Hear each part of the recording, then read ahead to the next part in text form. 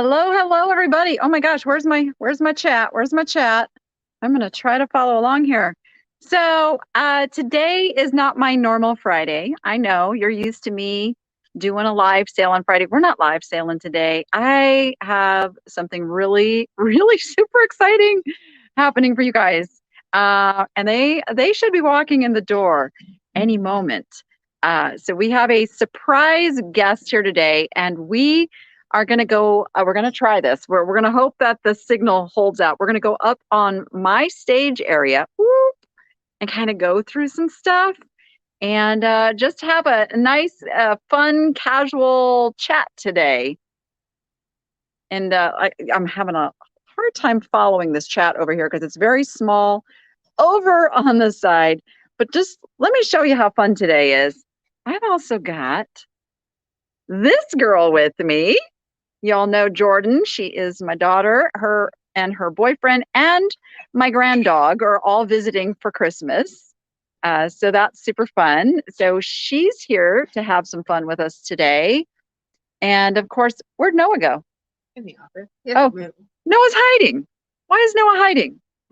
He's probably watching this from the other computer so that he can watch. Like 5 seconds. Oh, is he? Yeah, right. We'll wait for the lag, to come through and for him to hear that. We've also got a Mikey Bags of Money here. We've got a sunny Las Vegas here. We've got a Carrie. No, they went to go get something to eat. I lied. Hopefully they'll come back before we're done. Thank you, Kit. I appreciate that so much. So I just, the reason I'm not doing an actual live sale today is I wanted next week to be very, very easy for all of my staff, which mainly Carrie and Matt in the shipping department. So I said, I will not do a live sale on Friday. Therefore, you won't have a gargantuan amount of shipping that you normally do next week. And we can enjoy next week and kind of just get some things organized. We're trying to move the shipping department over here to the store. That's happening next week. I'll get as much of that on camera as I can. Jordan, you want to help with that? I'm good. I have to leave like yesterday, so. Yeah, no, you're not leaving. Annette says, Jordan, I got my box yesterday. Oh, nice. There we go. I ship things now. Cool. So, fantastic. Oh, let me turn around so you can see who's walking in the door. Can you hear the voice yet?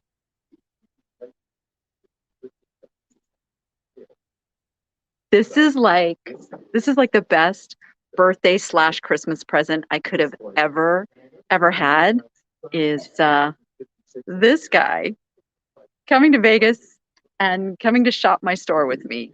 You guys know who that is? Let's see if anybody noticing yet. Let's see. If I'm going to run into anything, somebody let me know. I also already see somebody who we're all walking backwards today, aren't we? Hello there. So they didn't know who was here, and I just told him I got a surprise guest here today. Hi, everybody. Yeah, look at everybody's like, George and Zeno's here. So we got our tech crews here today too. Yes, it's all sort of meta. Yes, we're filming and being filmed. We are live on 2 channels right now. We're live on the Antique Nomad and we're live on the Niche Lady, and we are having a great time. And I am so excited to be here. And how are we going to do this? Are you going to show me around the store, or am I going to just shop it like I would? I think we just like to eavesdrop a little bit. Yeah. And then we'll go up there and do some stuff because I have some stuff that I'm really anxious for you to see. Cool. I actually have something stockpiled in my office that I'm anxious for you to give a look at too. Okay, that's great. So if anybody doesn't know who George is the Antique Nomad. I call him a walking encyclopedia because he has the best backgrounds on stuff. He doesn't just know what stuff is. He knows why stuff is. And I will just say that I had the tremendous pleasure of getting to go to an antique mall with him yesterday and shop and listen and ask questions. And so I'm really, really excited to have him here at the Good Stuff Thrift Store to kind of go through things because for those that don't know, my stage area is all the items that I had curated for antique malls in the area that I closed down and I brought everything here So I'm excited to have him go take a look at what I've stockpiled over time and look at my pricing a little bit. And I'm excited because we had a great day at the Antique Mall yesterday. You will be seeing video on my main channel and of course on the Niche Lady and on Thrifting Vegas. That's right. Tiffany shopped with us too. Yes, we had a great time. In fact, we were there for hours and we closed the place down. So there'll be some good video coming out of that. But I saw when you did a walk around here, and there are a few things that I need to see if they're still here because I have a little mental list of things I need to buy while I'm here. So. Well, where would you like to go first? Let's go with that. Let's start in this corner here. Crystal's room. This is Crystal, and she's one of the YouTubers who is selling in this place. She's actually not on YouTube. Oh, she's on Instagram. That's her. That's her big. That's I know the thing is a little confusing, but if anybody types in the @Crystal Van Ho, they'll find her. Oh, thank you. But I can't watch the chat. Why don't you have a tripod? You mean one of those things I hold like this? Or just a tripod? But I don't know if they can hear me if I get too far away too. So, because remember the microphone is my phone microphone. Here. Up close and personal. Well, let's do this. Let's see if I can flip the camera around. And we can follow George a little bit. You guys want to do that? Let me know if that would be fun for you guys. Let's see. I gotta remember how to. Technical issues. I know how to do this. Camera. It's not easy on a phone, guys. Not easy. Here we go.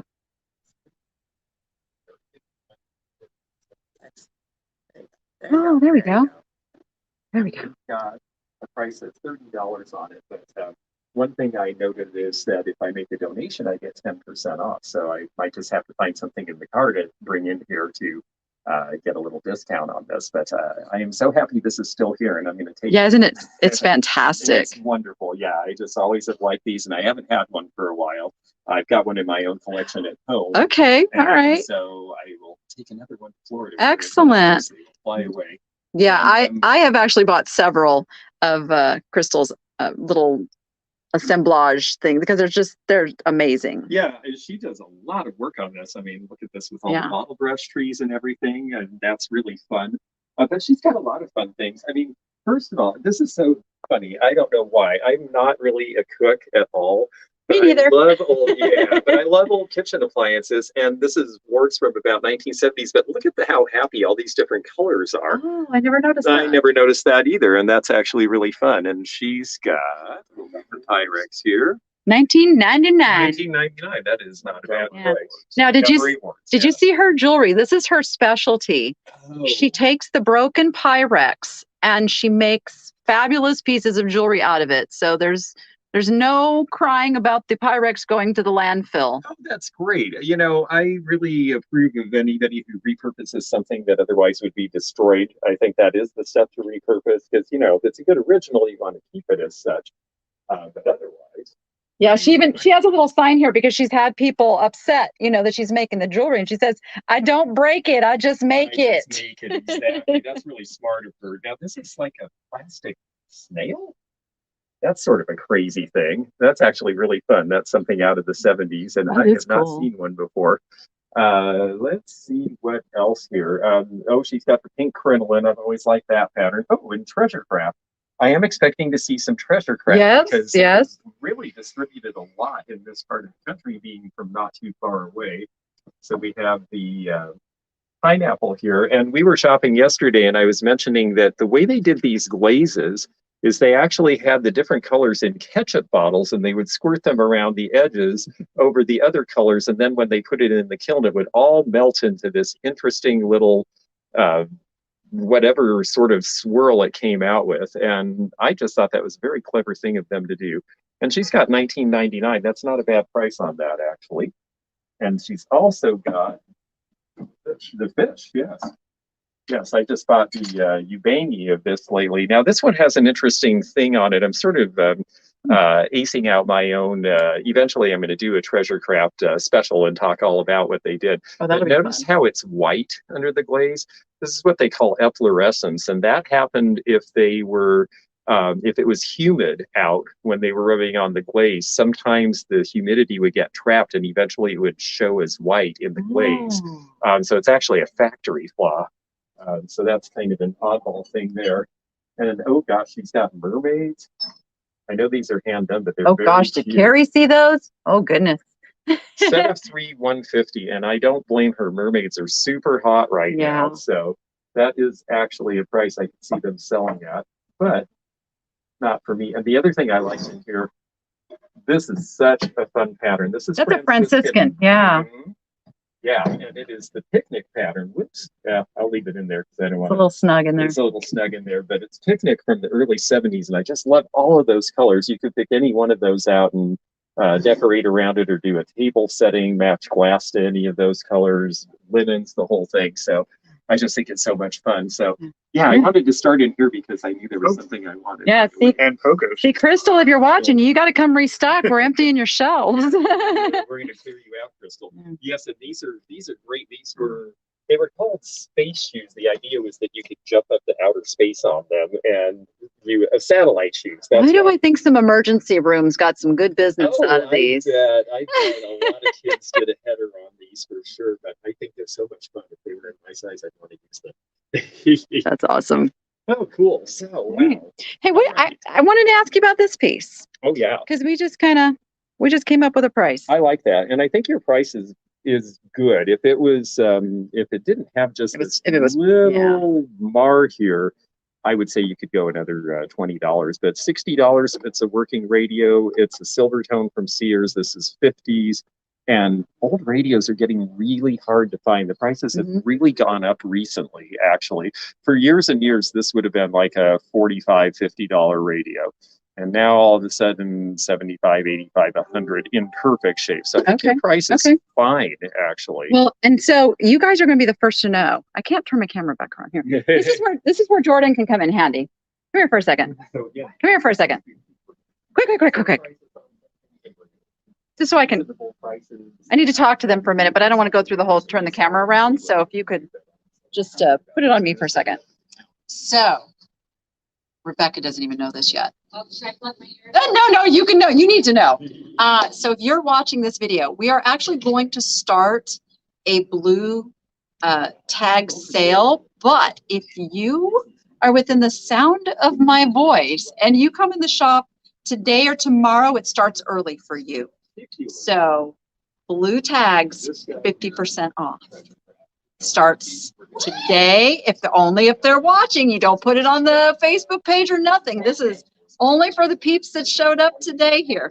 And if you're watching on the replay, of course, this is going to be running through the week if you're in Las Vegas. Come on down to the Good Stuff Thrift Store. Blue tags. I've been waiting for us to be able to launch our color tag kind of thing. So here we are, because I have a lot of comments. Oh, I wish I could get that, but it's too much. Well, 50% off, guys. 50% off.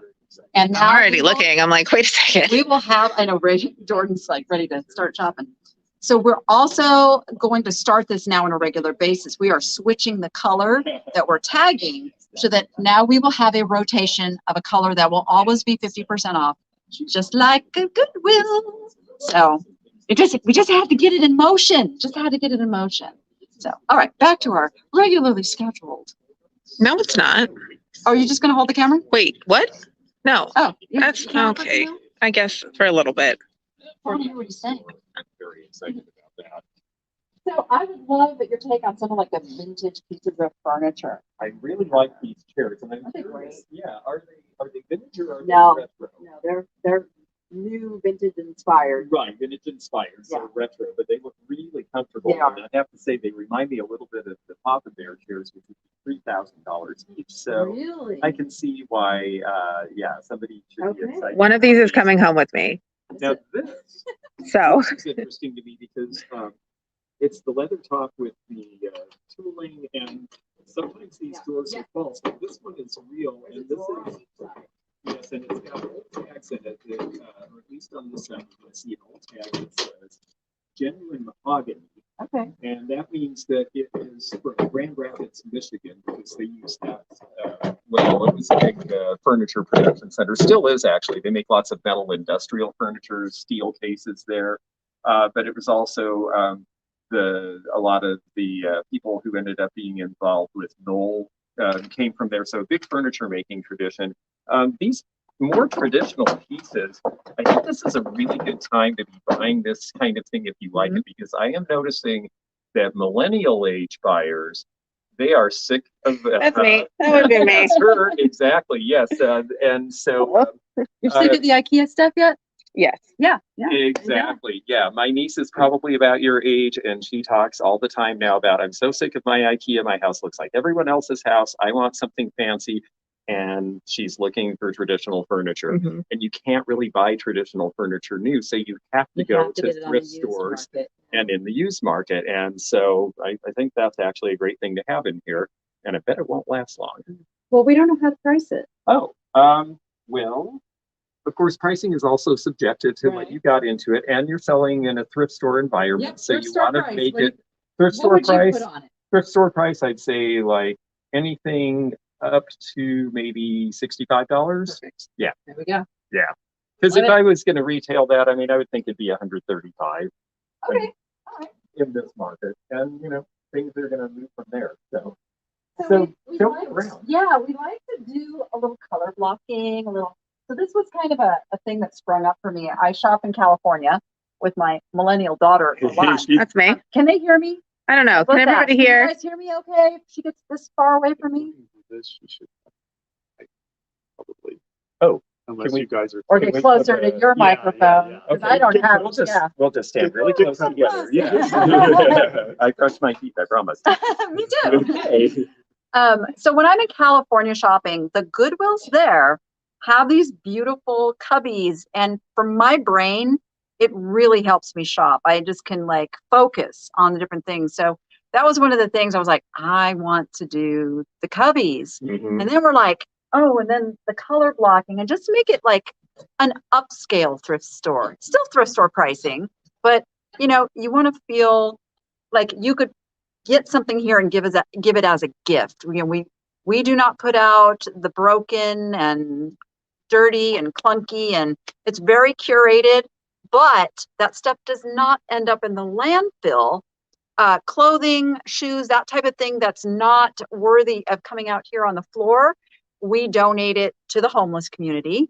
And things that are good, like a chipped teacup or crafting supplies that may not work out here, we have a whole bin in front that is free for the taking. Anybody who comes in, you see something there that you can use, take it with you, repurpose it. And so we're all about that. But then we put the cream of the crop out on the floor. Oh, that's really great. I think that's really smart. I've been to thrift shops that also run as boutiques. I mean, Goodwill and Salvation Army do it in their more upscale places like Santa Barbara, Seattle, and it does really well. And the prices are still reasonable, but it means that people who are looking for something nice can go there. It's not just sort of leftover garage sale stuff. And then incorporating the color tags where we can do a 50% off. If it was priced a little high for the lower income family or those looking for a super big bargain, well, now we've 50% off. And I don't know, little birdie says we might even do some dollar days. I'm just saying. Is it Bougie? Is Bougie the little birdie? And Bougie, yeah, he talks to me a lot, so some of it could have come from him. Cool. Well, I have to say I use Cubby's shelves. Actually, mine are glass, but it's the same concept because you can isolate and do little vignettes, and it really helps. And I noticed you got some cool things in here. Yeah, I haven't been here for a few days, so. Well, I I'm see anxious little to see cups what's and made its way out saucers, here. and these are Czech, and these are going to be probably 1940s or Okay. so. And I see some. I like your blue theme here. These look like Limoges. Are these something that you'd seen and have? No, I haven't seen these yet. Yep, Theodore they Haviland. are. Theodore Haviland. Limoges. Yeah, that's nice. You see so many pink patterns, and so to see it in blue is a little more Those are unusual. pretty. And again, millennials, it's changing, and I'm excited about it because a lot of things that we maybe haven't been able to sell for a while that you can find in thrift stores I like that today plate. are starting she's- to be things that they're looking It's a for. nice plate. It's a nice coming. plate. It's a real nice plate. It is a real You nice just plate. changed over from green to blue, right? I've always been blue, Oh, but I've always been green too. They go well together. They It's a decent do. mix. Look, there's green and blue on there. yes, Well, it is. Well, what I am excited to hear is a friend of mine. She runs a regional mall in Washington State, and her marketing assistant is 32. And she overheard him on the phone. She's a big collector. She's the reason I got to Antiques Roadshow because we took one of her items and it got on, and that's how I ended up becoming an appraiser. And so, because I learned how they do it, and they encouraged me to go to appraisal school. Well, she was talking to them the other day, and her marketing director was on the phone saying, "Oh, honey, I just got the last plate for our China pattern." And she said, "You collect a China pattern?" And he said, "Oh, absolutely." And the 30-year-old assistant said, "Oh, and I like lead crystal, and I'm looking for lead crystal decanters." I heard that the clear crystal, the nice clear pieces are making a comeback. I believe it's true. Yeah. And she said, "Well, are you worried about the lead in crystal?" And she said, "No, because we just pour it in, have a party, and pour it out at the end. But it's a beautiful look, and it looks great on the table." And again, tired of plain, tired of boring, tired of throwaway paper plates. And, I've been pushing for the EAPG to make a comeback for a long time. well, you know what? I started buying early American pattern glass because I watched your enthusiasm for it. And I'll tell you, I've sold every piece that I bought. So I think you're onto something. It's got a fascinating story. It's just, and the more years go by, the more fascinating the story gets. Yeah, I mean, you know, that you can buy something 150 years old. Oh, those are pretty. Yeah, we were having a big talk about this kind of studio art pieces. Now, so this one isn't even signed. Yeah. So what do you do when you come across pieces that, I mean, it's nice, it's quality so made? hard. So you kind of have to evaluate it because you're not going to likely ever find a signed piece. So you have to look and say, well, it looks like it was wheel thrown. So that mees it was handmade. It looks like the glaze was done. by the ridges. The ridges, yeah, because the wheel does the turn, and that's what gives you the ridges. And although they can do that with molding too, they can mold it to look that way. But I think this one was wheel thrown. The handle's clearly applied, you know, several different colored glazes, so there was a multiple step process. And this is not something that manufacturers do because it's too time consuming. There's been this whole sort of post hippie ethos of this sort of thing being popular. And a lot of that era where the people who are making it, well, a lot of them are retiring out of it. And are young people taking up these things? I don't know that they are because there's other opportunities for them. So this might be a good investment even for something to put away that's going to like spring up as it might spring up in value, but at the very least, it's good quality and you know it was handmade and there's something about that. So, you know, at some point you just have to, you know, if you don't have a signature or you can't read a signature or the signature doesn't equate to somebody who's famous now, you know what, it's okay. Buy it because you like it, and if you like it, you'll keep it, and eventually somebody might figure out who it is, and then you could have something. So this piece caught my eye, and it's not signed on the bottom, it's signed in the glaze. Glaze, yeah, Peters, yeah, and you see that sometimes where you never know where they put the signatures. It became a little bit more fashionable really in the 50s and 60s, the designed and signed stuff, where the signature started to be part of the sales appeal. So they didn't hide the signature anymore. They put it out there because it was conspicuous consumption. Well, you know, that happened with like the American Brilliant period too. The very early pieces they didn't sign because they didn't want anybody to know it was made in America. Right. They wanted to have them think it was the French, fancy English, imported European glass until it got its and then once it got its footing, like, oh, now we want you to know. Now we want you to know it was actually made in Ohio. Right, exactly. So what do you think of pieces like this? I like them for decorative, but when I see a really bright white background like this, I figure that they're probably not old. The other thing is, notice that the transfer, because this is a decal, notice it doesn't match very well here. So it's a good piece for someone to just decorate with, but if you're looking for old pieces like this, you want to look for clues like that to know that this isn't old. You look for things like, well, the pattern doesn't really match and it wasn't quite as carefully made. So great piece for just a wall decoration, but you know, if you're looking for vintage, then you're looking for something else. Right. Wait, that's the wrong glue. That's the wrong glue. You know German? Ein bisschen. Okay, you judge how I do this now. Oh, here we go. Das Verdlich Wachtersbacher. Okay, you do it now. We have two Germans in the chat though. Das fürstliche Vectis. I can't even read Victor it. That's, said that's it. already way better. German can. That's way better than me now. All right, all right. You Oh no! See, Tiger says, "Oh no." Hi, Tiger. And yes, Tiger actually is from Germany, and Yes. she could do it for us. Vectorsbacher. Okay. because the W is a V. Yes, That's it. that's right. Now, see, Ooh, flow here's a comparison. So, Right. so look at this transfer pattern on an old piece, and you notice no breaks in it. It doesn't have lines where the pattern doesn't match up. I mean, where they were much more careful about it because that was important to them.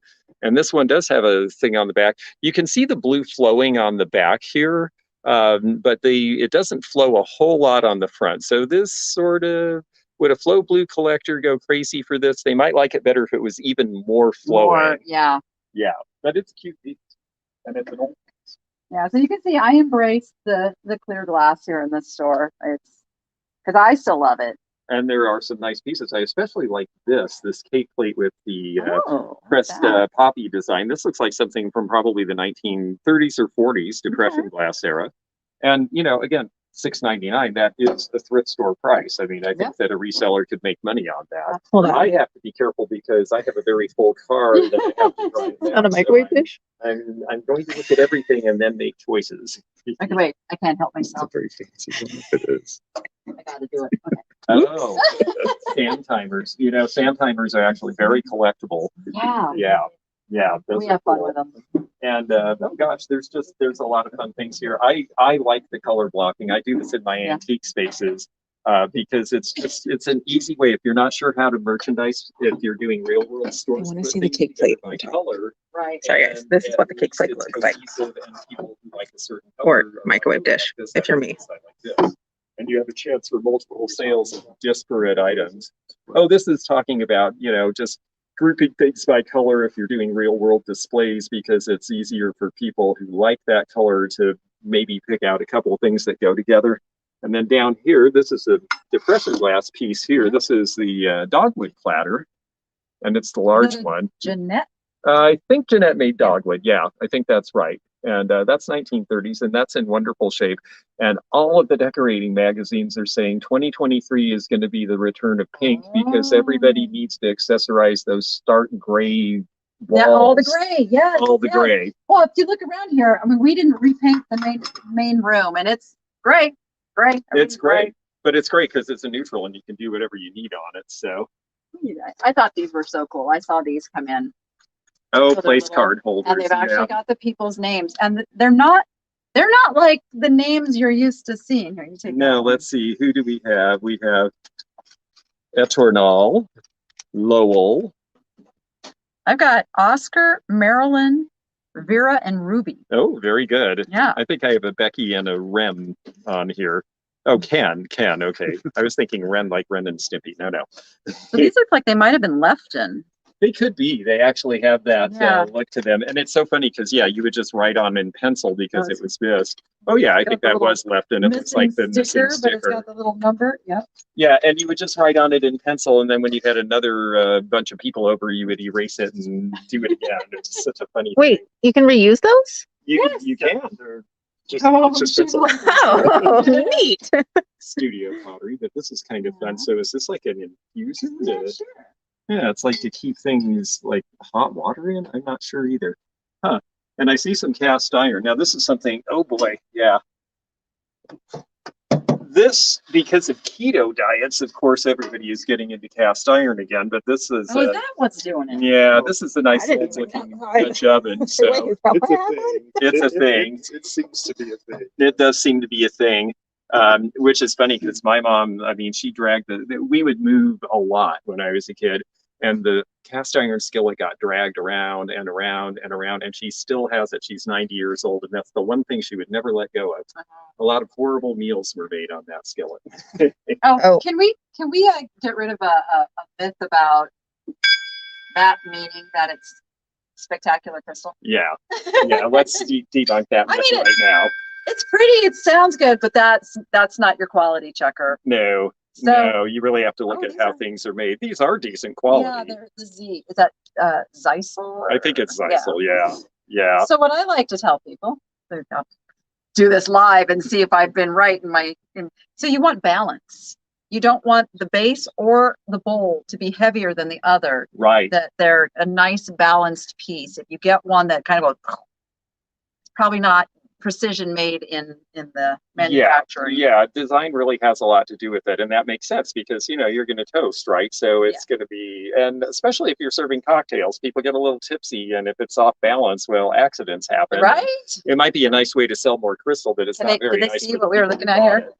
The other one has writing on it. I know Both we're of them have looking for writing on it. Yeah, I think they. Is it just, Attached. I don't know.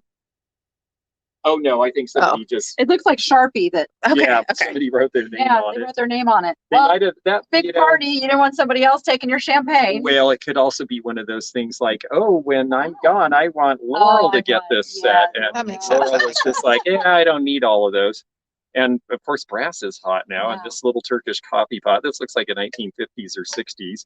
And boy, these are selling, and your price on this is good, $12.99. I mean, again, yeah, that's a thrift store price for what this no, is. it's half price. Is it? Yeah. How'd that happen? Did you? Oh, that's right. You guys were in the room. Different video, different video. Tags. Oh, well, okay. Why don't you go through your spiel again? Yeah, do your spiel. And people are also wondering if they can buy things that you're talking about on the shelves in your video. So you're going to have to tell them about your sale on Monday. So here's the thing. Yes, Monday I do my whatnot sale here from the store. So if you see something you got your eye on, then go ahead and send me an email and we will pull those things for the whatnot sale on Monday. That's what we'll do. I think that's a really good thing that you're doing too. You're establishing a new business, and you have other people who are renting from you. Yeah. Of course, you have to make sure you're selling their stuff to keep them in Right. business. And with a new business, you can't just necessarily expect, because you're just getting established, that people are flooding through the Yep. door. So the fact that you're putting their stuff out there for them is a really great service Well, that you would not expect in a store like That this. was actually our plan B when we were having trouble getting our business license and time to get open for the holidays was, okay, let's just figure out how we can do this all online until that happens. Right. Right. Well, Yeah. I think it's a great thing. I don't know how you find enough hours in the day, but it's a wonderful idea. She doesn't. Let's oh, too bad. This one has a chip because I was thinking it might actually go to a relative of mine in Delaware, but this is Vernon Kilns, and it's got the great seal of the state of Delaware on the back. Oh. And I wonder, sometimes they have their maker in the middle here, but they did a ton of state plates. It happened during the Second World War because all of the souvenir plates were pretty much made by English companies until the Second World War. And then suddenly they couldn't produce this stuff. And so Vernon took over and did all of the souvenir plates at that point. All right. And a lot of other people followed after, but they are really known for it. They did thousands of different varieties. Interesting. So now let's see. You wanted to go up and show me some stuff. Yeah, so we can walk. This will be a good test of how our signal is doing. We go back up this way and then we can get up on the stage. Okay, cool. Oh yes, Are you Corel shocked? ware. Sorry. Are you sorry? I'm just looking. We should point out the Corel ware because this is very, very popular now, and But it's especially not these bigger Thousands pieces. of dollars popular. Like you see on eBay. Exactly. Supply and demand. We wonder sometimes about some of those really high eBay prices, whether they're real. Money laundering. Yeah, that's what we've heard a few stories that some things on eBay That and the Disney VHS.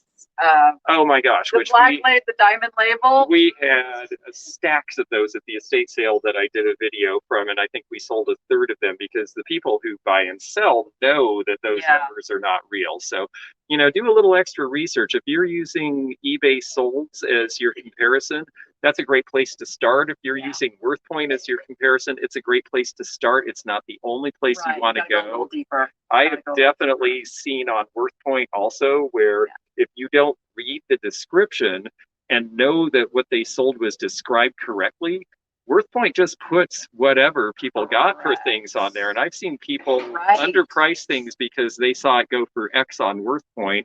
And it turns out, it went for that because it was as is. It was misdescribed. Whenever you hear a ding in the background or something, you get nervous when you own a store. Right. Breaking glass. We don't want to hear breaking glass. Now, this is cool. This looks like Universal. Oh, Knowles. Okay. Yeah, that's right. They did this shape too. Yeah, I like that with the fruit.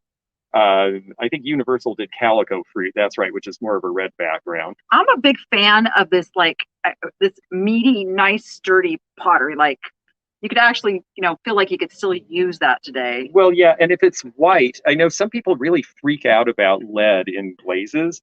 If it's white pottery, your chances are that you're not going to have a problem. Now, you can get lead testers if you're really concerned, but it's usually the really bright colors that had a lot of lead in the old days. Now you're skipping over the geese. The geese. The goose. Oh, yes, that's right. The Oh. blue geese. Yes. I know people love to. 80s. Yeah, people who Geese are making a comeback. see. Thank you. They are Look at making a Ah, comeback. she's wearing geese. She's wearing geese, exactly. Geese are absolutely making a comeback. Lots of people remember that Grandma had these, so do not undersell the blue geese. They are going to be a thing. And I know a lot of you are going to be commenting right now saying, oh my goodness, please don't tell me that, because you lived through it once already. But Here, I'm Mom, afraid you that's take the way it this. is. Oh. So this piece, when it came in, I'm trying to determine what the lamp would be that would have been on. Oh, this was probably a wall lamp because I've had these before. I like these scenic shades, and this one's fun with the covered bridge. Yeah, so this would have been likely, because it's only half a shade, it would have been a bulb here, and it would have been kind of like a little nightlight or wall sconce that just plugged in. So then you'd plug it in, and basically all you would see would be that with the light behind it. Nice. See, we get some oddities in here that. Oh yeah, I see you have an old cedar. Yeah. That's funny. I have one of these for sale in my mall space in Kentucky, and this is the. Oh wait, that's the screwdriver here. Yes, you would.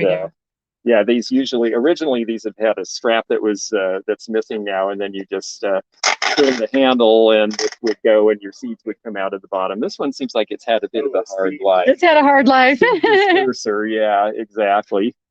So what do we have on that? Oh gosh. Let's see how we did. $39.99. That's about what I have on mine. All right. Well, it's half price now. There we go. Yes. See, that's the beauty of being able to do like a half price. You price it a little high because pricing is tough, you guys. It is tough in a retail setting to come up with that, Yeah, that sweet spot of where pricing. It's cheap enough for a reseller, but you're still making you've got a store to support. This is a good deal, and it already was even before half off. It's going to be $5 now, and this is old hand turned, and this would have been for a barrel. Yes. Okay, let's see what else we've got on the way here. And if you guys see something you want to hear us talk about, go ahead and let us know in the comments. Yeah, that's true over here too. If you see anything that we're passing by that you would like us to stop and take a look at. This is our little drunk bottle. We like our little drunk bottle. Oh yes, yeah. I remember. This is an old bottle actually, very old because there's no seam up the side. And yes, it has melted in the sun, but this actually, the top was applied. And before 1907, they didn't have a way to mold a bottle with a collar. So they do a bottle and then they'd have to attach this as a separate piece. So it's actually pretty old. I have somebody in the chat says they still use their cedar. Do they? Oh, yeah. Good for them. Let's talk about these. When did people stop doing this to the baby shoes? I don't know. Did you? Yours were bronze? They were not bronze. They were. But isn't it actually copper that they use, but they call them bronze? Yeah, it's a copper coating, but they call them bronze, but it really is copper. And yours, so that was in the silver. Yours were kind of silver cover, and yours would have been in the 70s. So I guess that probably would have been about the end of that because I don't see them. Late 70s. Okay. So, interesting. I didn't know. Yes. Late 70s. Yes. 1979 New Year's Eve. Okay. We're pushing there just a little, but. Somebody said Jordan because she was here, but could you ask George what he thinks about nice artwork done on cork or shelf mushrooms? Oh yes, okay, shelf mushrooms. Yeah, I've actually done some of that. I bought some of those. Yeah, the ledge mushrooms that grow off the sides of the trees. And he used to be a botanist, so he knows all the names of all this stuff. He knows the nerd names. He'll tell you in Latin, and you'll go, "What?" Oh, nice. But they're great because they would paint scenes on them, and I think depending on the scene and how long ago it was done, it can be pretty good. I had one where it was done in Alaska, and I happened to go on an Alaska cruise, and it was probably 1940s, and I traded it for about $100 worth of merchandise at a old antique / trade store in Skagway, because they're like, oh, you never see these. So it's a thing. And I'm going to open this up because another brass piece. Now you will see the brass pieces sometimes decorated like this. This is the 70s and 80s thing from India, and with people really being crazy for brass. I know Laura Caldwell came to see you. This is the kind of thing that I could see her taking and styling around and picking up a few of the colors. Yeah, a little green. And then doing like a blue linen underneath. I mean, she's so good at that sort of thing. But, you know, and again, the price on this, I mean, it was $5.99 and now half off. So, you know, that's $3. That is definitely. We're trying. Yeah, no, you've got some things in here that are real bargains. Let's see. So let's see what else we have. Oh yeah, the old Elegant depression glass. This is Heisey Orchid. This used to be a really expensive pattern, and it's a very nice pattern. But people, yeah, you're at half off. You're $12.99. Yep. I really am looking as a reseller, even though it's clear, and I know clear hasn't been so popular the last several years. It doesn't mean everyone's forgotten about it, and it doesn't mean it has no value. This used to be a $65 piece. Yep. Maybe it's a $35 piece now, but at $12, somebody can make good money on this. So, you know, don't at least look things up. If you're a reseller and you're interested in glass, don't just pass the clear and say, oh, nobody wants that. You're hearing that from old antique dealers who remember when they used to get 3 times this price, but you might be able to get 3 times the discounted price on this today. All right. And you'll be happy. We got customers coming in. Because Heisey Orchid's a wonderful pattern. It was all fire polished. It's really well made. I actually have some living ones of these now in my fish tank. Oh, that's that I'll have to share with everybody. That big. Yes. This size, and I didn't know what these look like as real creatures. So you're about to be devoured by something. Oh, what? Oh, We have a visitor. Famous Christmas dino. Oh, that's wonderful. Dinosaurs for Christmas. This must be a Vegas thing. I've never seen this before. Well, hello there. Hello. It's a pleasure to meet you and shake your. What you got? Pleasure to meet you. Yes. Oh my goodness. Give us a twirl. Give us a twirl. Yeah. Don't go near the china, though. Are you going to go up on my stage like that? Oh no! Oh no! You need a handler. You need a handler. I see you in there. Oh my gosh, you're too much.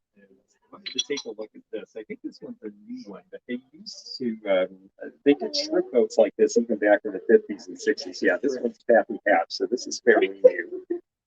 But you will see smaller versions of this by Hull China back in the 50s, where they have the boat and then the little individual things for your saucers or for so much stuff is now vintage inspired. Exactly. Like that's the because key they figure out thing. that people like old stuff. Right. They don't know where to get it, so then they're making new things that are from that idea. And some of them will be the future collectibles too. Yeah. Well, let me just say too, to add on to my 50% off blue tags, anything up on the stage with the niche lady tag is also going to be 50% off. All right. Well, let's see what we have up here. Well, hopefully our signal holds out. I like this table. That, I do believe that one is a Haywood. It looks like a Haywood. Yes. And sometimes you have to get into, yep, it's got the mark all right. It's in the wheat color, but that's a nice little table actually. And what's your price on that? That's a good question. New stores. Sometimes you have to ask, 'cause not everything gets I think I had like $100 on it because it does have a little bit of damage on. I think this is the one that has a little bit of damage on one of the legs, a little dog chew. Oh yeah. Yeah. It could be polished out, but that again, that is a good price. $100, reseller could definitely flip that and just do a very small amount of work, and there would be money in that. So, well, I like the lamp because it's 80s. Deco revival. Yes, this is starting to come back. The lamp bases, you know, people always are sending me things and asking me who made this lamp, and we don't always know because a lot of lamp companies came and went. Right. They just made for a few years and then they were gone. So, you know, Hager did do some of these spaces. I don't think it's theirs. It's just got the look. Yeah, it's Hager-esque. Hager-esque, yes. Oh, yes. Little and big ones. Oh, yes, and black Mexican pottery. Yeah, unfortunately that Definitely one's, something to, this one has a little, it's got a little ding. here. Yeah. but this is Silva. That's actually a pretty good mark. It's one of the Oaxaca makers, I Mhm. believe. And yeah, these are, you definitely want to look for black glaze Mexican pottery. If you like it, it's a great thing to collect. And if you are a reseller, it's a thing collectors are really getting into. I sell every piece I get, even chipped I sell, and Yeah. I would probably ask that price or more even as Yeah, I've got $29.99 on it, which is $15 now. But see, Yeah. the cool thing is, as a collector, you just turn it around and right. Some people are nobody purists sees a and they- chip. Yeah. Right. Some people are purists and they want it to be exactly so. And some people, you know, they want the look or it's what they can afford. And I would rather see it be in someone's shelf than in a landfill. So I definitely encourage that. Ooh, I like this. I love that piece. Yeah. I'm that's surprised I neat. still have it.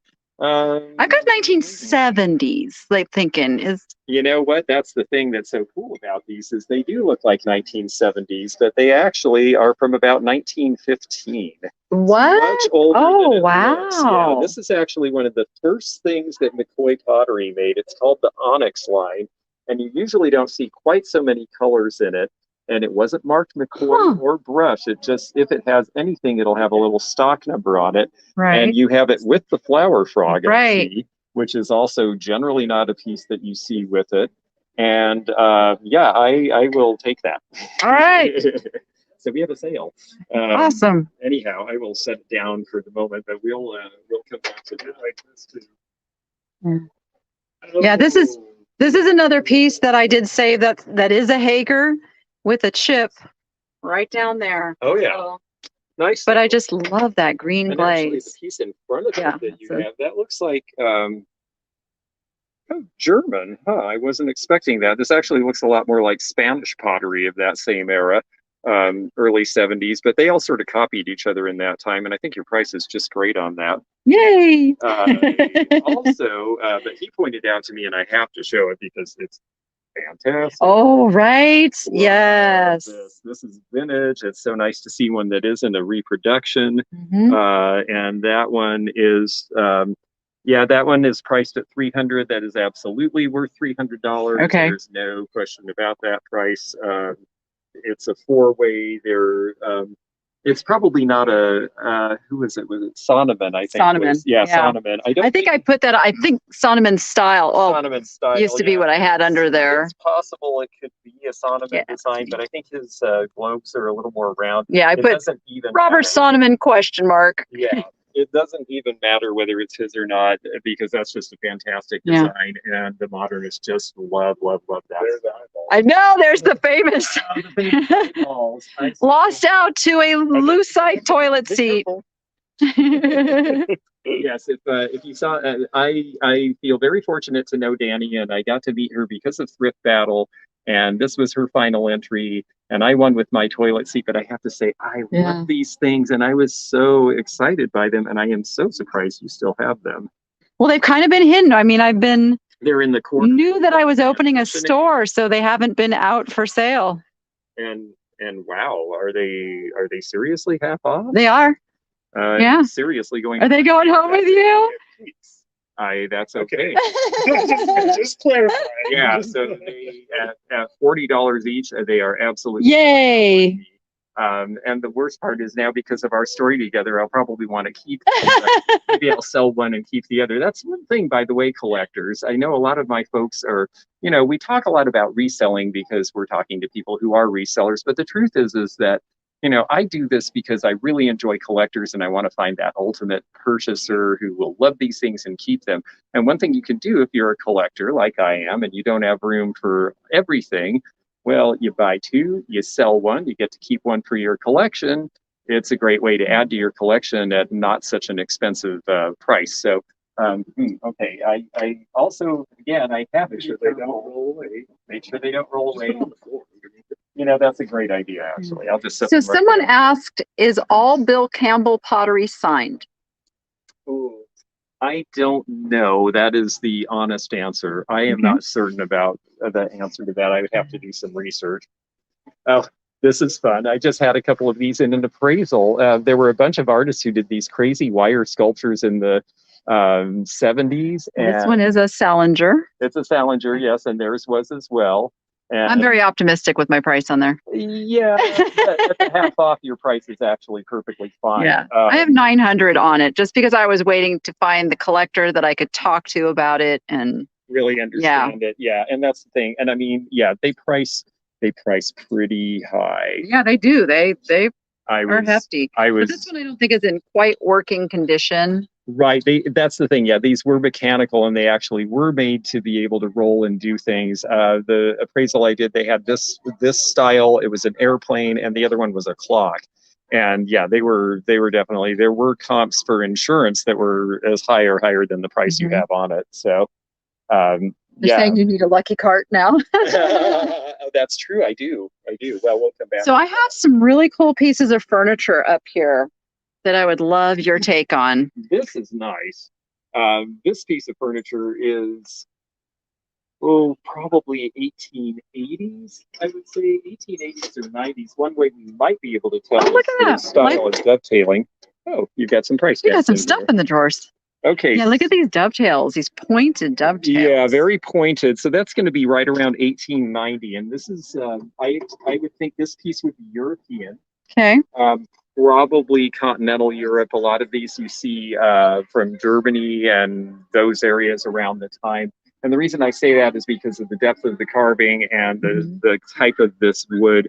It's just got a really ruddy finish to it as well. And yeah, I think that's very handsome.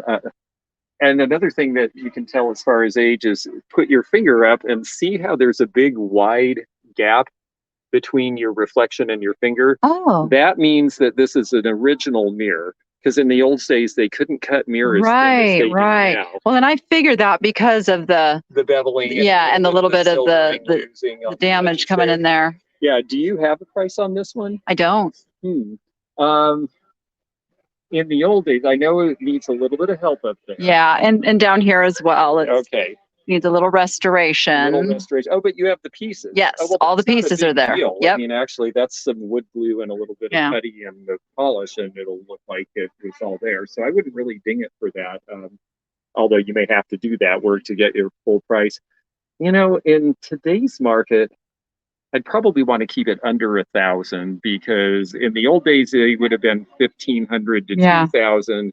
But the market for big furniture right now is soft because people don't want to move it around. I bet some of my viewers who saw me pick this up at Goodwill are probably like leaping for joy right now. What do you think I paid for this? Oh, well, now that you told me you got it at Goodwill, I'm thinking you paid $125.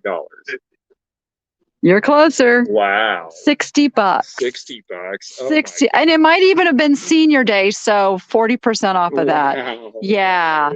I could not. I called Sunny Las Vegas, who has a truck. I said, oh my gosh, you got to come help me.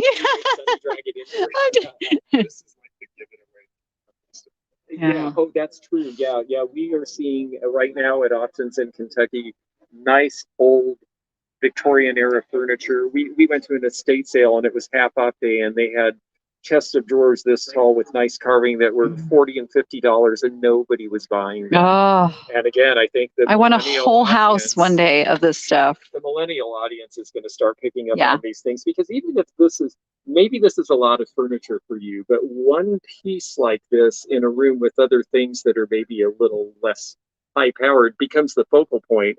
And then everything goes around that. So I just think it's really neat to see. The chat. Oh, okay. Yes. Zeno asked me to tell all of you folks, I know that you are chatting and I'm not able to keep up with everything. So I will rewatch the chat and try to comment hopefully this evening for you. Because I know that it's hard. We've got so much going on. It's hard on the phones too versus being at your computer where you can see the chat. It is easier kind of rolling. Yeah, my guys get there. Oh, and this is Yeah, neat. and then I have this piece. Now, this to me, I think is American, right? No, I don't No, think so. okay. I'll tell you why. This sort of marbling with this sort of ruddiness to it is usually actually Belgian or French. Oh, But in this case, I think this is another German piece, and the reason for that is the roundness to it. okay. Notice that continental pieces, especially pieces made in Germany, often have these round elements to it. I was looking for some so of I this. think this is another European piece, and my impression is that this is 1920s, and that we're just starting to see, we're moving away. We still have a very sort of traditional style, but now we're starting to see a little bit of pinstriping because we're just about to head towards deco. Ah, And so that's my feeling as far as an age on this piece. okay. Nice piece, not as grand as the other one, Right. you know, maybe half the value, but I'm imagining from what you told me about the other one that you didn't pay a ton of money. Nope. This actually came in a buyout I did of a antique store going out of business. So cool. it was kind of a group deal. Now, the only bad thing is this does have a pretty substantial crack. Yeah, and this is one problem with marble. You can seal that and make it acceptable, but you can't Right. really You do what never need to. really- You can't really fix it Yeah. per se. These big old kettles, you've got 99 at half price. This is a great deal. See the old number in there. You can tell by the foundry, the casting of that, that's going to be from somewhere around 1890 or so. And I'm going to lift it up carefully here. Right over the glass. A piece of carnival glass, just to see if it might have, sometimes they have a foundry name on them, and this one doesn't. But that can add a lot to the value. I sold one to a viewer of mine for 120 that was about half this size, but it had an old foundry mark from Baltimore from like the 1860s. Speaking of 1860s, this pattern here is called Vernon's 1860s. Yes. And it was supposed to show life as it was just before the Civil War. And so in this case, you've got trains, which were a new idea then. These were made in the 1940s and 50s, and there is our Vernon's 1860 mark on the bottom of it. Yeah, and I really, of all the transfer work, I love the polychrome I like the where they mix polychrome the different too. colors in. Yeah, I think it's fun when they do colors. You know, some people prefer just one color, and you know, it's just up to taste. Oh, and then this actually we should show, because this is the company for you thrifters, and these prices at half off are definitely thrift store prices. $15 on this casserole. This is a company called Denby out of England. Mhm. And that is a collectible company for sure, especially if you see some of their more modernist stuff. That sells really well. I sold a whole set of the pink on brown floral pattern from the 50s, and I think I sold the set for about $350. And it was just a basic starter set, so I thought that was pretty good. So we were talking about pattern glass, Oh, and I think it goes that way. Okay. Yeah. And so when I first started my own collections, this was actually the pattern that I started with, the Gillinder Classic. Oh, that's so neat. And then I started getting the deer and dog, and I don't have room. So I've started selling off my own collection here. But this is one of my favorite patterns. Gillinder made such yeah. neat stuff, and they're a pretty early company, so their things. And yeah, she's got that sort of bashful Charlotte, That where neoclassical. Mm-hmm. And oh, that's a very nice piece. And gosh, I mean, your price again, if you're discounting like you are, that's you know, $24 for this is a great price. And I don't think they reproduced the classic pattern. They didn't reproduce this pattern, and that's one important thing with a lot of your pattern glass. That one they did. yeah, this one's been reproduced. But this one has not. And I like that you've got the footed berry set with the master bowl and the 4 little bowls. And I have a lot more pieces to bring in too. very cool. Yeah, boy, you've got some really fun stuff in here. Oh, and I see you've got the sugar bowls, and then down here I see a piece that is familiar to me from 100 years later. And this one, oh, interesting. So who did this? This is not what I was expecting, actually. It looks a lot like Sasha Brostoff. Oh, no. Yeah. But it's got this mark. Do you know who this is? I have no idea. BJ. Yeah, exactly. And 4258. So at least they put a date on there for us. And it's absolutely 50s looking. I'm wondering if this isn't a good small company that was doing their own work, and they just said, "Oh, these are popular, and we're going to do this style." Yeah. I don't recognize that as a major company, but that's pretty cool. Wow, yeah, there is a lot of neat stuff in here. Gosh, we have, oh, look at the gnomes. Yeah, I have sold a bunch of those. I bought all of those as a collection at a yard sale. And Care and feeding of your troll. yeah, These are actually really cute. I have not seen these before. I am old. I am very old. And actually made in Tennessee, huh?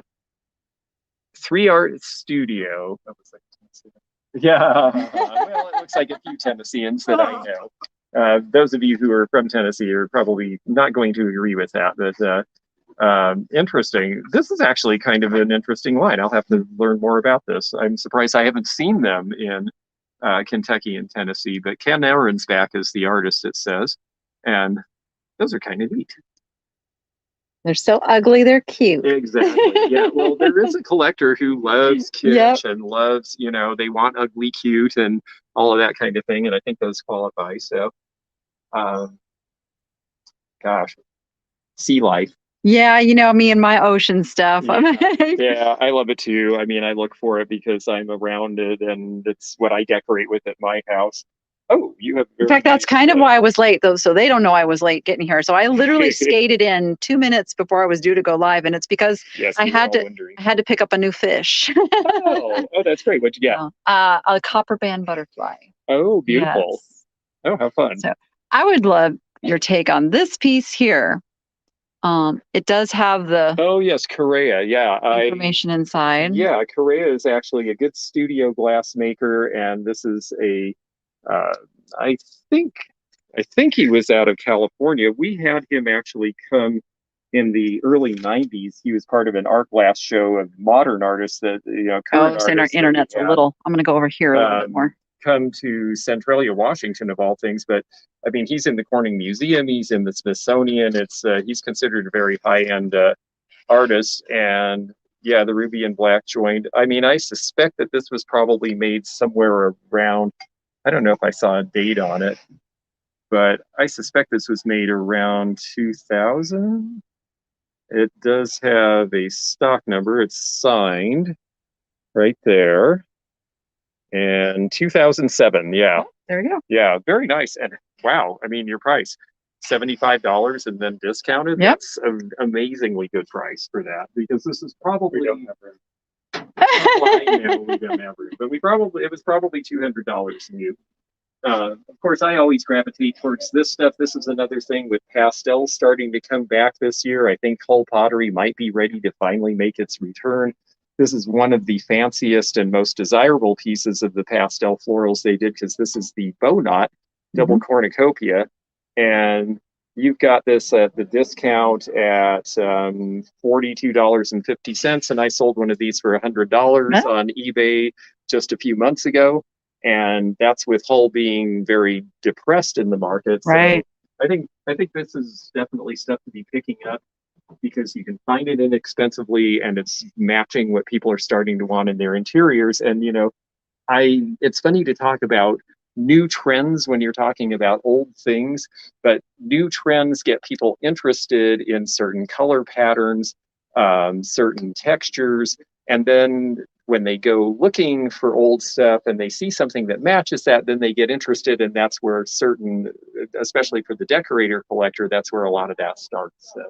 So I would also love to have you take a look at these lamps up here. I have not been able to find anything else like this. Huh. I don't know this artist. The colors, again, definitely have that pastel. In this case, I would associate with somewhere, looking at the way that they're done, I would say probably mid-1960s. Oh, really? Okay. All right. Or 1980s, and it's a little hard to tell when. Yeah. Bottom 13, but that's like a Sharpie maybe. Oh, yeah. Yeah, interesting. I think your price looks good, if I'm reading it right. I think with the discount, I'm seeing these at. Am I getting that right? What are we? Oh, look. like $70 for the pair. Mhm. Yeah, that seems very reasonable for what they are. And I like the artistry, but I can't say that I know who that person is. You know, a lot of really good ceramicists did ceramic art. They sold at street fairs. They sold in a studio. They were known in their time.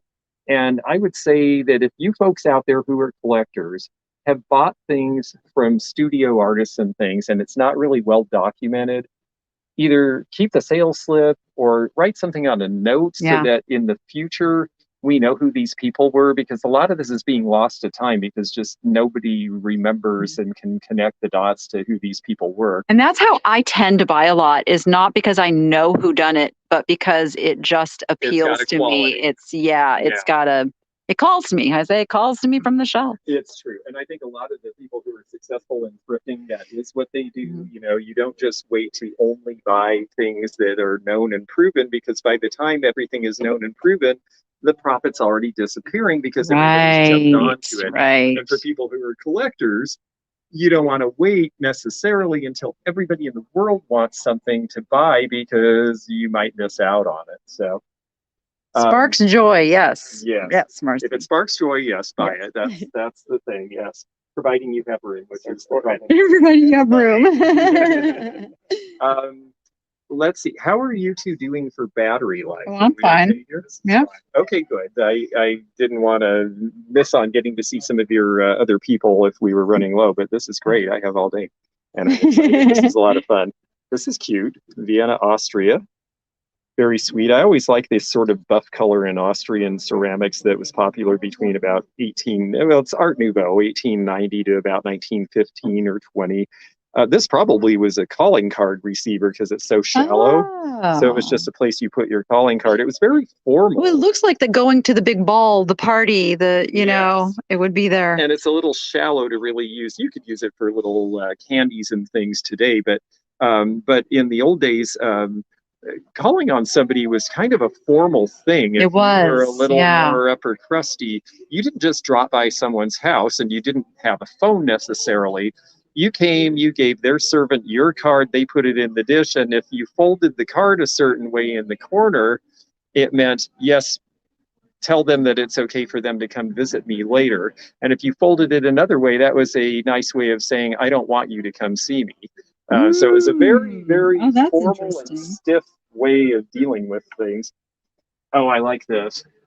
I've always been a fan of Royal Beirut, and this is the strawberry. They did so many really bright colors. This is about 19 teens or 20s. They were out of, it was German. This actually might be earlier because it doesn't have their mark, but it's definitely their piece. See, when I get something that somebody has put some note, I just leave it. Just leave the note. Exactly. But I think this actually dates even a little earlier than that. Okay. And again, your price, I mean, definitely a thrift store price. At the discount, you're looking at $8.50, and this is probably a $25 item on eBay. So, and Red Wing. Yeah, that one's got a little. It's got a little boo boo. Unfortunately, but Red Wing made the most fun patterns back in the day. You see the old Red Wing logo here, and of course it is the same company that made the Crocs, and then they went into the dinnerware, but they got Charles Taylor, who had designed for Homer Laughlin. They hired him, and he did a lot of really great designs for them, and they did a lot of real modernist stuff too. They also did a line of square dishes that I just love that have dogwoods or other things on them, because I have this weird thing about square dishes. As a kid, I did not ever understand how it made sense to have round dishes and waste all that table space. I thought they should be square because they'd all be next to each other, and I've got that chip in my head. That's just a weirdo thing. Here's a piece I'm so surprised I have never sold. Oh, is that Myrtlewood? How fun is that? Yeah. Myrtlewood, yeah. Now, this is something we see in Oregon because Myrtlewood is in Oregon, and most of the companies that made this were there. And I see this all over the Northwest. It was very popular as a tourist thing, but it seems like I never find people who are collectors. And I've always been surprised by that too, because they bought it to begin with. It's got great labels. This is Myrtle Craft Studio out of Grants Pass. There's a town near there named Myrtle Creek. That is where a lot of the myrtle wood is. You know, it's really well made. It's got a modernist design. It's a nice medium tone wood. Yep. I don't get it. It's never really Yeah. taken off, and I've never known I've had that why. one for a while. Yeah. Hopefully now somebody sees it and Yeah, maybe comes and someone will snags it. appreciate it. Oh, I see a bunch of rock under here. oh, this is an amazing set. Here, wait. It got covered up with a plate. That's right. Yes, There we go. they did give Rock away on the prices right at one point. Yes, that's Did true. they really? Consolation prize. Oh. Yes, exactly. Or if you were in the audience and you didn't get picked. But this one's really fun because it's the one that's got the it looks like coins in it, and they actually are. This is all countersunk. Yep. So one of the reasons Rock was so interesting in its time is that a lot of the designs actually they're inscribed in the plastic. So Mhm. it's not just a screen print. Some of theirs are, but it's not. It's actually you can feel the texture, and so these are actual Austrian coins. Yeah, and is that malachite? It feels it's to look like malachite. I don't think so. I think it's some sort of a resin, but it definitely has texture. And here's the mark on the back. You don't always see the marks, but if you see these black trays, now the thing you have to be careful of is scratching on these. But these seem like they're in pretty good condition, and I mean, the whole set with the extra bowls. Usually don't see them in sets. It's usually a single tray, and you've got $40 on the set of 6. Again, I think that might not be a bargain basement Goodwill bins price, but if you look and see what they sell for, that's a I can make money on it price. I heard a Carrie come in. Yeah, I think we've got a few folks here that we'll have to introduce. There's some other people here we're going to introduce. Yeah, we'll work our way back down there now. Gosh, yeah, there's just a lot of fun stuff up here. And I know there's more fun stuff in the store. Oh, Zena was something that yes. his attention. And you know what? I have learned because he sees things that are different than I do. I stop and look when he picks something up. And this is Georges Briard. There's your signature right there. And it's interesting because it's got the texture on the back as well. So this is a little fancier. I still have trouble not saying the Georges. Yes, I want to say that. It's spelled Georges. And then there's this as well. Well, his real name was Zasha Brojo or something. Oh wow, we'll go with George. Yeah, they said that, yeah. When he started out, his business partner said that is not a name that's going to sell. You're going to be Georges Briard. So that's where that came from. Oh, that's interesting. But yeah, this is really cool. These are a little different than what we usually see because they've got the wooden handles, and this one with the background. And again, the prices on these are good, about $12 each. I mean, in a modernist vintage store, I would expect those to be priced about $35 to $40. So this is a fun piece because of what somebody put on the back of this plate. So it's actually a Dorothy Thorpe. Oh yes, this is a late Dorothy Thorpe where it's actually got the signature here rather than the etched signature. And I'm curious to see what they have said on the back. Flow of passion, love, and sex. Oh my goodness. Well, I'm pretty sure that's not the official pattern name, but maybe there's more to Dorothy Thorpe than I realized. Right? Yes, exactly. Yeah. It's the thing. So this is really fun. So our local casinos do a lot of hand out freebie stuff, and this is one of the things that they give out. Now it's Ulta, I believe, makes the set, but they make it to look like the old silver band. Yeah. Mm-hmm. So there's a ton of these in Vegas. Oh, that's interesting. Yeah, and you have interesting casino collectibles here too. Oh, this is cute. I'll show that. Crownford is another English china maker that you don't really necessarily look at. I mean, people don't think of, but they actually made some really good stuff, and they were in business pretty late. This piece is probably 1930s, even though it has 1970s colors because those same colors were popular in the 30s. And yeah, that's very cute with the butterfly on there. And of course, Martha Stewart decided last year that ironstone like this is a thing that we should all like now. So now people do. Fantastic. This is beautiful. Actually, these are both. Here are two very stately, interesting tall vases for very different reasons. This one is the Granada Gold. Well, Granada Gold, I think, was actually Stengel. I'm not sure what Royal Hager called theirs, but it's very similar with this gold brushing across. And that one you've got 40 on. And then this one looks like it's Austrian again. It says hand-painted two-handle flower vase. This has an Art Nouveau aspect. We don't see a maker name on the bottom, so I'm not sure. It could actually be American to look like that, but we don't see a lot of Art Nouveau in America. I usually associate these with European, and I think that's just really pretty. That would have been some big piece to put on a table or maybe the mantle. Or mantles. And $37.50 on that. I mean, again, these prices for what you have are good. Awesome. Yeah. Yay. All right, let's But I bet there's a few. let's go see who's walked in since we've yes. been doing this. Yeah, we've got a couple of folks who've come into the store that we're going to. Real quick, so Rebecca and I have a little a rivalry on this because she just thinks it's absolutely hideous, but I think it's so cool. That's funny. I like it. Yeah. I'm trying to think what kind of a shade you would put with it because it would sit low. I think you almost would need something that was like a bell almost, you know, like a round flat shade. And it's got this interesting socket on it that you don't see very often. This is something from probably 1930-ish. Okay, I was thinking 20s, but okay, yeah, 30s. You're right in there. And I don't know. I like the modeling. You know, it just depends on what shade you put on it. Everything can look great depending on how you dress it up, and everything can look terrible depending on what you do to it. Well, I think it's great. We all have different tastes too, or what a boring world it would be. It would be a very boring world if we all like the same thing, and there wouldn't be any everything would want the same thing. Okay, So, who wants to take George into your room? yes, please. Carrie, you're on a roll. We got a Carrie. We got a Mikey. We got a Harleen over here. Oh, that's great. You don't have a room. Go home to go shopping. So How you feeling about your bills right now, Carrie?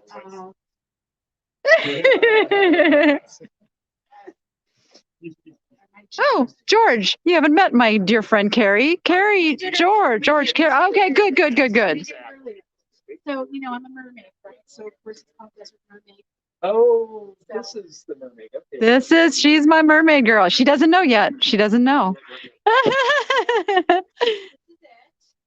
listen, I just moved my house. You do not need to make excuses for your booth. No, you don't. It's awesome. It is, but I have a lot more stuff in my house. Go ahead. You have something that I haven't seen in a while, and I think that's Santa Anita wear. And it's a late piece for them, and I'm curious to look at it because I haven't seen one of these in ages. So let's see here. Yeah, this is Santa Anita wear. On my eBay video last month, I sold one of their 50s patterns, but this is what they were doing by the 1970s, and this was really right about the end of their production. And I just happened to spot it because I wanted to write a book on this company, and I never could find enough information to really give them credit for what they did.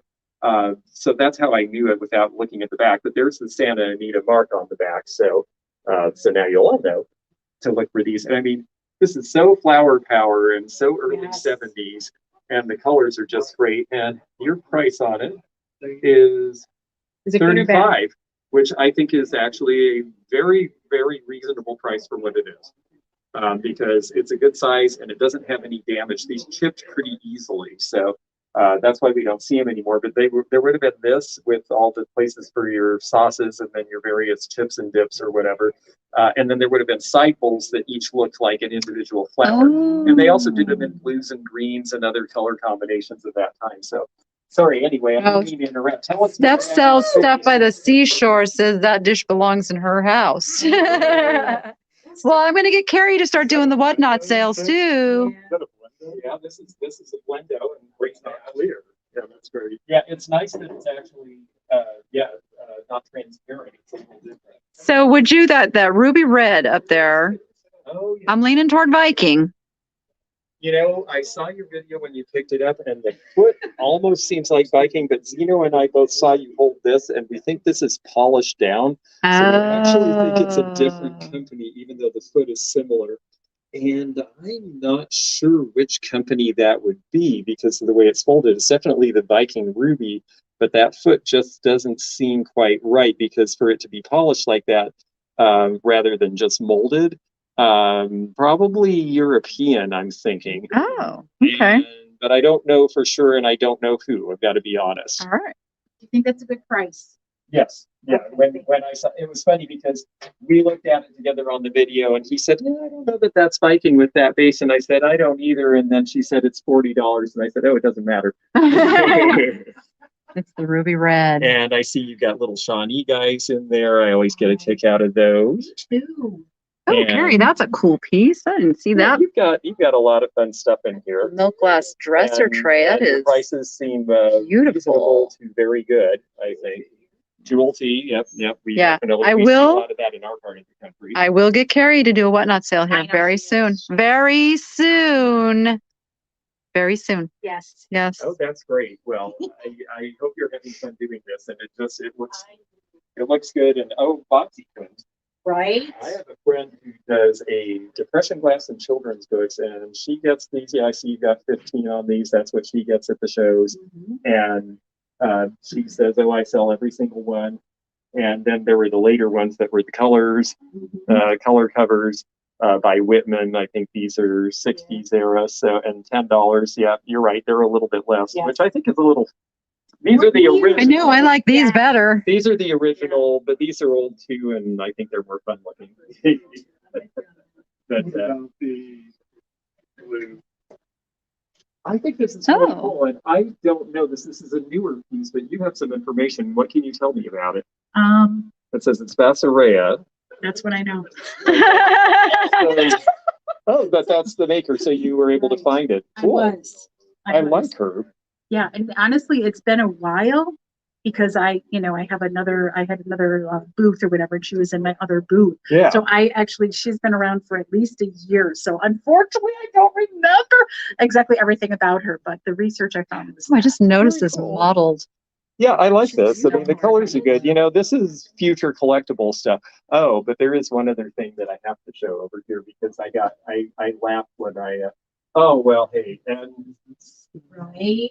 we all know I can't be around a bunch of hats without putting one on. So here we go. Is it I'm the same me? way. I'm Yeah. too. I'm always putting them on. I look terrible in them, but I just think that's fun about it. No, it doesn't go that way. I think it's this way, right? Yeah, because you'd have All of a your bow sudden on it the fits. side. Yeah, now it fits a little bit better. Yes, thank you. Thank you. I appreciate that. That's actually cuter than I usually look. Okay, let's see here. No, this is older. This is old chalkware. Yeah, this is like 1930s, 40s. Oh, this is cute. Okay, here's something we can show for a little teaching moment, which this is easy because it's got the Duncan label on it. So this is Duncan or Duncan and Miller hobnail. And you notice that the hobs are kind of pointy, almost as pointy as Fenton, but there's a whole lot more. They don't have very many spaces between them. I always tell people if it's got sharp, pointy hobnails, that means that it is actually a Fenton piece. But in this case, this is the one exception where you could get thrown. So Duncan and Miller, if you're not seeing Fenton, Duncan and Miller might be the thing.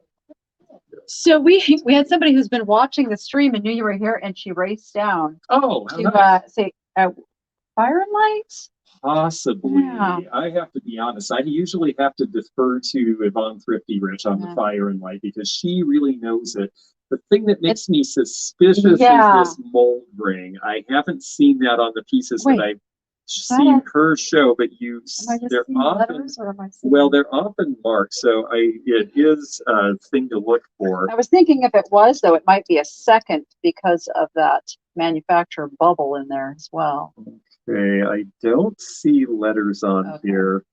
Yeah, I would have to defer to Yvonne, but I'm leaning towards no with what information I do know about them. I want it to be for her because everybody's really hot for Fire and Light. Still a really beautiful piece, It's a great color. I like the azure blue. That's the other reason that I think, Fire and Light is recycled glass, and it is true you could, if you were just recycling clear, you could get this color. Yeah. So it's a maybe. But usually their tones to me seem a little darker. Okay. So if anybody out there in the chat knows. I've never had my hands on it to know what. See, that's my thing with glass is once I know what it feels like too. Then you know, and that's this the thing. is a I've never had really a piece I smooth, knew. waxy kind of feel, and I don't know if that's the. Well, they were doing things in the era where you had that smooth, waxy feel. But the pieces that people have told me they thought felt a little less rough than this. Okay. So I'm with you. I haven't handled it enough to really feel confident. This looks like it was pressed out of a mold. Yeah. Yeah. Yeah.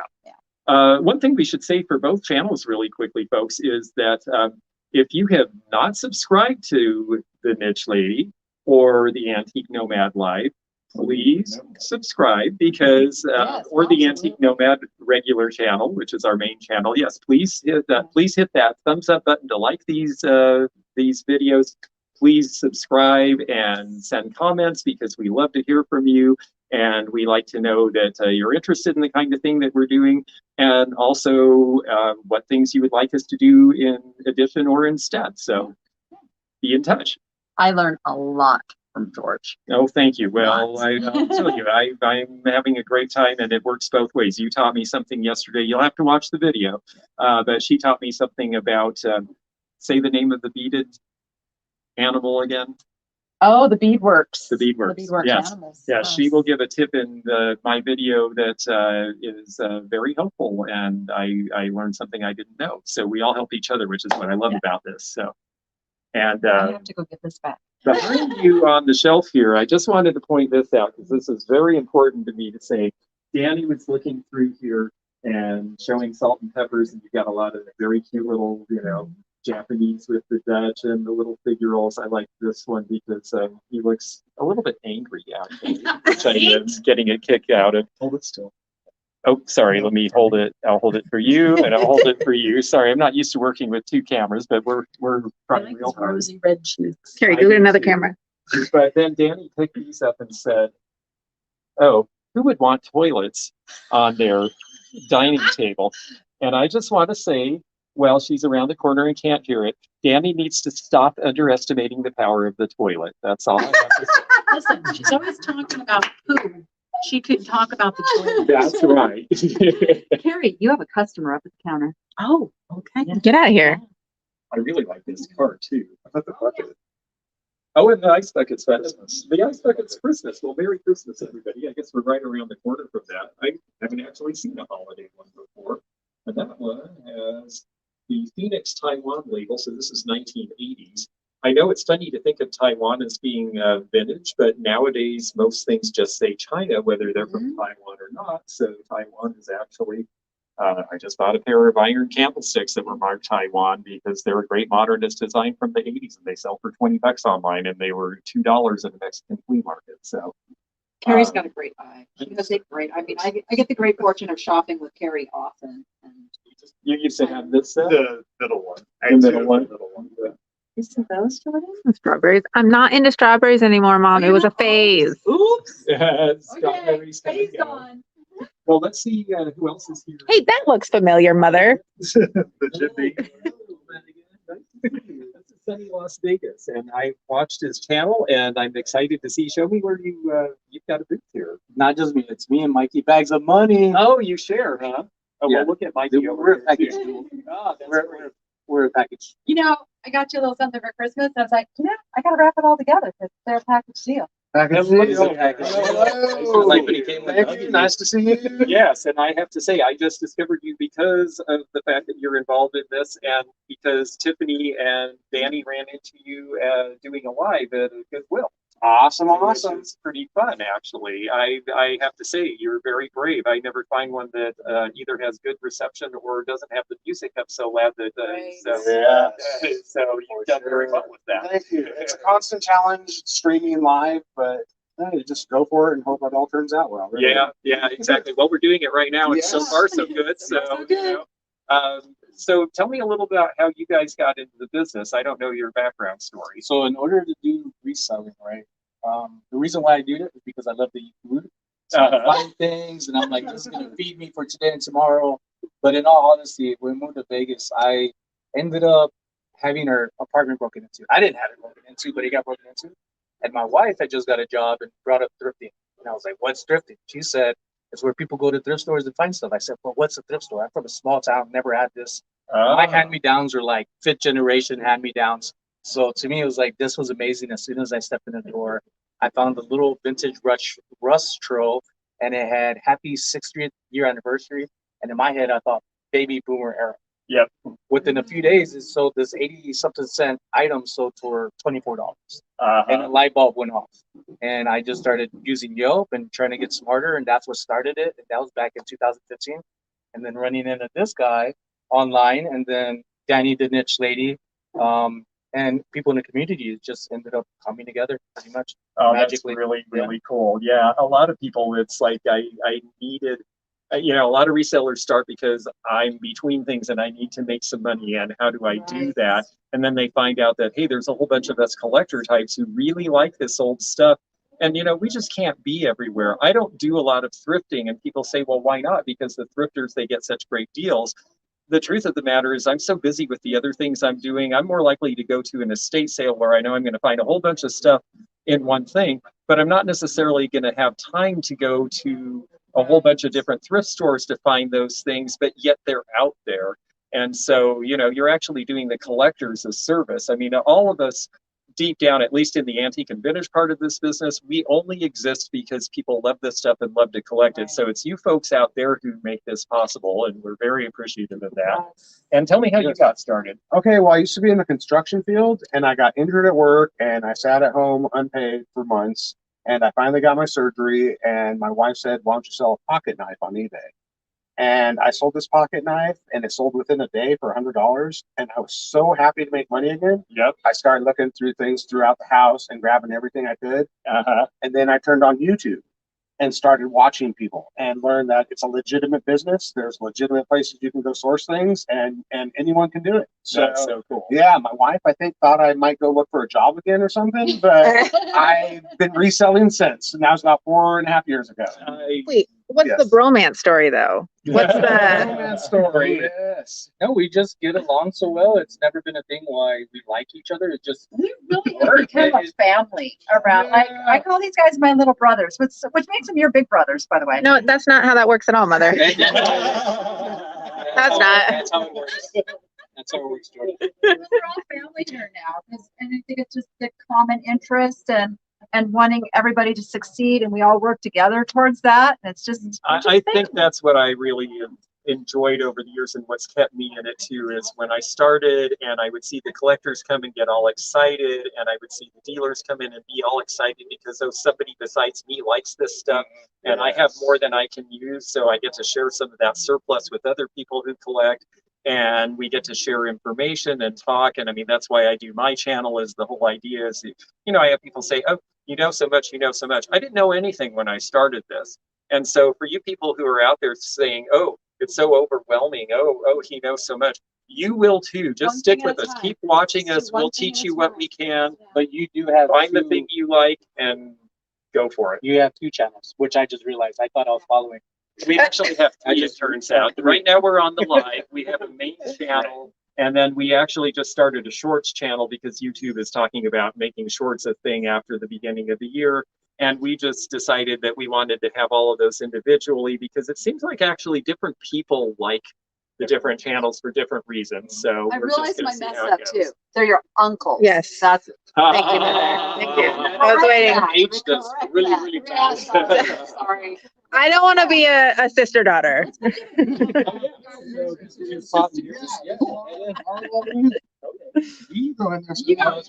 Go, you go, I go, you go, I go. Okay. Super Bowl football, that's cool. DeGrazia, I've definitely seen people starting to pick up on DeGrazia. It's, I guess that they started doing their art back in the 60s, so there are some real vintage pieces that are going. But tell me, I mean, I get sort of a feel for what you do. Dude stuff. Yes. Randomness. Isn't it nice, though? You know, I have to say the other thing I like about this is that when I started in the business, we sold lots of pretty things to women, and their husbands stood there bored and cross-eyed waiting for something to happen. Or if we were lucky, we had one mall that was near a golf course, and they'd say, I'm going to go golfing, and I'll drop the off and come back. And now there's actually things in places that guys like, and they get to collect too, which I think is so cool. So what do you sell well here? What does well for you? I mean, you said randomness, so it could be anything. Well, right? our randomness is more of, I try to come in as much as often we both do and see what our customers like, because it may be things that we're not picking up yet, but coming across. Yeah. So yeah, because before anything like this, I would never pick up. Mm-hmm. Before Danny, I would have never got a brass lamp, but ever since learning about values and just putting it in the right place for people who enjoy it more than anything, Because even though on top of money, it's nice to get money for it, but it's nice to know somebody's going to appreciate it. I agree. It's not just about the money. If it was just about the money, we could probably it'd be boring, and we could probably go get some inside sales job doing whatever, and who cares? But I like the idea that it's connecting with somebody who really enjoys it, and also that it has some meaning. It keeps things out of landfills. It brings them some nostalgia, some connection to the past, and honestly, we don't need nearly as much new stuff as they're sending over here. I mean, because you go thrifting, why do we need another box of clear glass coming from the Orient on a ship when there's shelves and shelves of clear glass just begging for somebody to buy them, So do you know the story on this? It's got a B on it, and I can't even pronounce the name, but it's the late mid-centuries, the early 19th centuries. The person who designed this, from what I learned from a viewer friend, Mary, she actually mentioned you, and we didn't tell anybody that you're coming. So when Danny told me you're coming, I was like, maybe he might know about this. But from what she found out for me doing all the hard work, it is very heavy. So this used to be part of a globe. There was a globe on top. That makes sense. So and the initials are here, and the guy started doing it around 1910. So the globe would go on top, and this was the interesting. So this is a repurposing, an old repurposing from about 50 years ago. And I thought that's why I asked, because the base looks and feels like 1890s, and it's just beautiful, actually. It's really cool. And I don't mind what they did with it, because I'm sure the globe got destroyed years ago. And very fun. Show me some other stuff in here. Stuff. I'm not much the salesman. I just sit it and put it. But here's our little glass container. We got some fun stuff in here. Oh, look at these guys. I just sold these guys. Danny actually gifted those to me. A lot of my members like to drop the eggplant emoji. It's kind of fun on Friday night. Oh, okay. Yes. So if you go to Mr. Moneybags here, you'll have it's Mikey Moneybags, right? Yeah. That's your Mikey Bags of Money. Mikey Bags of Money. Sorry, let's get that good. right. And then Sunny Las Vegas is our other channel producer here. But I just sold this pair for, actually, you've got 15 on them, and I sold them for, I think, 19. So, I think those are great deals. Excellent, yes. And the thing I saw in her video that I really like is this guy. I know. I'm going to see if I can get him out very carefully. Yes, this is the glass fish, and you've got $99.99, which is a very fair price on this. Now, I think this one, Blanco made these, but I think this one is likely to be Italian, because the Blanco one doesn't have the same eye exactly, and they don't have this texture in the back fin. But this is really cool, and people will fill these with colored marbles, or they'll fill them with, well, who knows, anything you wanted to. But they are definitely a thing to look for. Any big glass fish like this seem to be a thing. The sharp cut mouth. Blanco would have a polished mouth like this, because they had to blow them this way and then actually carve them back. So interesting piece, though. I like that a lot. That was great to learn. That piece, I found it at the store, and then I put it on a shelf to take a picture of it, and then I forgot it. Oh. And then my wife said, because I sent it to my wife, and she said, where's the fish? And I said, it's at the store, and it was already closed. I went first thing in the morning, and luckily it was there. That's great. Yes, I did not sleep good that night. That happens a lot. I find that it's a real thing. We're filming and we're talking about things, and we're trying to, even as I'm going through here today, we're trying to share with you and give information and show you what we're showing. And sometimes I'll get an email from someone afterwards who's like, oh yeah, you said, oh, this is great, I'm going to buy it, and I'd like to buy it from you. I'm like, oh, it's still there. I forgot to go back and get it. So don't let me forget to go back. I know, I have a story I have to get back to, because I bought a Wyland. I thought it was just a tile, and everybody goes, it's the top to the box, and the box was right below it on the shelf. I'm like, oh, I hate when that happens. The thing in the corner. The thing in the corner. Oh, these are actually the bases for a Proctor Silex percolator that would have sat on top here. And this was the candle warmer. These are from the 40s and 50s. But the thing that I like talking about guy stuff, and I won't take it because it's way too big for the little car I'm in, unfortunately. But this one is famous. That one is internet famous. It's Is it really? Yeah. Tell me why it's internet. I purchased it for $10 at Goodwill, and it sells for about $200 to $300 on eBay. Yep. But right here, it was duct tape and had a Pabst logo on it. Oh. And I took it to the leather repair shop to get it fixed. Now, I came from the construction industry, so leather repair, that's not my specialty. I don't even really know about leather repair. I didn't even know you could take this into a shoe place to get it fixed. And they repaired it, and then the repair wasn't the greatest. But I didn't show it on my video because I don't like to put people on blast or anything. I was just like, it's okay. Sure. But the audience, they wanted to know, how did this come out? So I showed it to them, and they were appalled. So I went back to the place, and I printed out the comments from my YouTube, and I was like, I do a YouTube channel. I came here to fix this. Let me read you some of the comments these people said about the job. And it only took about 3 comments. They said they'll take it back, and they fixed it. And this is the fixed, nicer version. It was pretty bad. Yeah, it was bad. It was carved across there. It wasn't the right color. Really bad. So Yes. there was a story there. It was. So yes, I have a whole playlist on it and everything. And I want to go with Sunny Las Vegas and try to sell it at the golf course soon, I think. Oh yeah. Oh, there you go. Yes. Would it be a first commute because it's right across the street? Oh yeah. Well, I mean, there's got to be golf courses every 50 feet in Vegas, right? But Yes, it's nice. It's beautiful. it's really cool. Well, I picked it up because I have one that's from one of the U.S. Opens that I need to put out to sell, and I just haven't yet because it's such a big thing. And I wanted to know your price because I'm thinking of putting 300 on mine, and now that I saw that yours is just a touch over half of that, now I feel confident about that. So yes, golf bags really do very well on eBay. Oh, yeah. They're pretty easy to ship for the most part. they're not bad. They're not breakable if you, I mean, for the most part, if you at least have them a little bit. Yes. FedEx, yes, exactly. Yeah, cool. Wow. Well, this is really fun. Thank you very, very much for Thank showing you for me. coming And in. I want to see more of the Kool-Aid. Let's go. Let's Oh, Kool-Aid. Zeno spotted Mr. Kool-Aid. yes. I love that. Yeah. I get accused of drinking that all the time.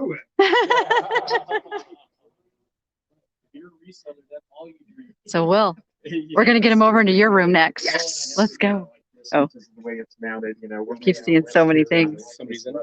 No, I think we're just like to this. This is another thing. If I had room in the car, I would take this. This is a great thing in my display in Centralia, Washington, where I do all the Western stuff. But I don't think that we have room for that one, unfortunately. But it is. It's a reprint of a Frederick Remington, though. That's right. Oh yes. Oh, and actually, I can't get him out of this room. Yeah. Okay. I'm liking this space a little too much. I think we've been. All right. I think you're gonna like this next one too. Okay. Let's see where we're going here. Let's go. Oops. I'm sorry. My turn. I found myself a Cat in the Hat hat, and I'm kind of having fun with it. Well, now we're the same height. All right. This is Harleen and Will's room, who will be introduced much more in my videos coming soon. But this is my camera guy here is Will. And Oh, very his good. mom is Harleen. Oh, that's great. Yes. Yeah. So this is Harleen. Did I get that right? Yes. And Will Space, and they are actually quickly explain what it is. They are professional film videographers. And Yeah, they are well, I'll let actually, Will say what they do. Yes. Oh, we're film and television content producers, and we are so excited to be working with Danny here. Not only behind the camera, but then soon on the camera, and having this space in here, which has been so much fun to put together. And they're fantastic pickers too. Yes. And Yes. that's been kind of our side, passion since I was a little kid. I've loved doing it. When I'm working on a film, that's how I just kind of get away from it for a minute. I go to garage sales, I go to Goodwill, I go and just find treasures. So my mom and I split this booth in here, and I won't say which is mine and which is hers, but we've definitely got our own styles. I think it'll be pretty clear. Yeah. So this is so yesterday, George and I were talking about the jewelry in here. Yes. I think, I think Yes. you're gonna love the jewelry in Let's here. go shopping. Okay. So. Oh, now this is interesting. I like that you have the black light here, and this is something that people don't always know because this color of green is a little more of a lime green. But this stuff that's by Tiara Glass, which was the home parties that Indiana Glass made for in the 70s, this stuff does glow under a black light, and it gives almost a bluish cast. So, for those of you who are uranium glass collectors, after a while, if you're just doing the green or you're just doing the Vaseline, it starts to get a little bit of a blur where you can't really pick pieces out. So you may want to look for different shades because they do have differences in the way they glow, and you may be able to make a more interesting assemblage, the assemblage that way. Wow, there's really cute stuff in here, actually. Yes, I love their stuff. Oh, yes, I recognize this set. Yeah, that's Sarah Coventry. Oh, we need a key. Out of the 60s. Well, I'll tell you what, let's see. Oh, and this looks like Sorelli. I just sold a bunch of this. That's a newer name, but it's a very good name, and it does sell pretty well. And I had never had it before, but I got some in consignment. The malachite piece looks like it's from the 80s. We were at Costco last night, and they are starting to show malachite in the jewelry there. The piece I was talking about sold. It sold yesterday. It's sold. Oh, there was a beautiful Taxco sterling piece in here. I saw that, and I was hoping it would still be. Yep, That's my favorite thing in the case. But there's some nice pieces here. Christmas pins. There's only one shopping day until Christmas, I guess. 1.5. I like this though. I think I've had this piece before, and I'm trying to remember what it is. Let's see. It's a little wound in here. Sometimes things get a little tangly. So let's see if we can get that off. That means you just have to buy them all. Yeah. There we go. Okay. So this, what I find interesting about this is that I just like the way that it's studded with the stars in here, and I don't know who the maker is on this. But it's a little older than it looks. People might get confused with this little hanging piece here, thinking that this is a newer piece. But when you see this kind of a catch, then you know it's older, because nowadays the catches we have are more like, well, I actually don't see any that are newer to show, but they're more like a hook. But I just think this is a neat look. Sometimes buying costume jewelry is not about makers and all that stuff. It's more about how is it going to weigh. Hopefully I'm not scraping against a camera, but or a microphone, but sometimes it's just more about how it lays on. It would really be better on you. I'm a little crazy colored right now. There we go. Yeah. So see how that actually it actually looks good with the cat in the hat. But yeah, see how nicely that lays around the neck. And so yeah, I think I'll be buying that one. There you go. Okay, I got a comment here that said where to go? The big bangle with the black spot looks like a sleeper. Where was that? Okay, I see. Oh, there we go. Oh. This one. Yeah, I was going to ask about that. Oh, yeah, it's neat looking. It has the look of Bakelite, but it's actually a later plastic, and that is supposed to be, I think, a peacock feather, if I'm seeing it right. And that is a lot of fun. That looks like a 1980s piece to me. When Bakelite became really popular in the 80s, then you started seeing a lot of things that were sort of like the butterscotch color coming out, but they were later things. Well, this one is the one. Okay, now this one's going to have a little tag on it. And here's our newer, here's what our newer hooks look like. The little lobster claw. Yeah, the little lobster claw, exactly. That's what a new hook on a piece of jewelry looks like. Now, sometimes you'll see old pieces where they had the thing broken and they redid it. And in that case, you might see that on an old piece. But generally, that's a newer one. I'm going to see if we can see who the name on this is. Here we go, loop-de-loo. Yeah, always good to bring your loop with you. Okay. F.I. Okay, I've seen that too. I was thinking it was Sorelli. It's another company.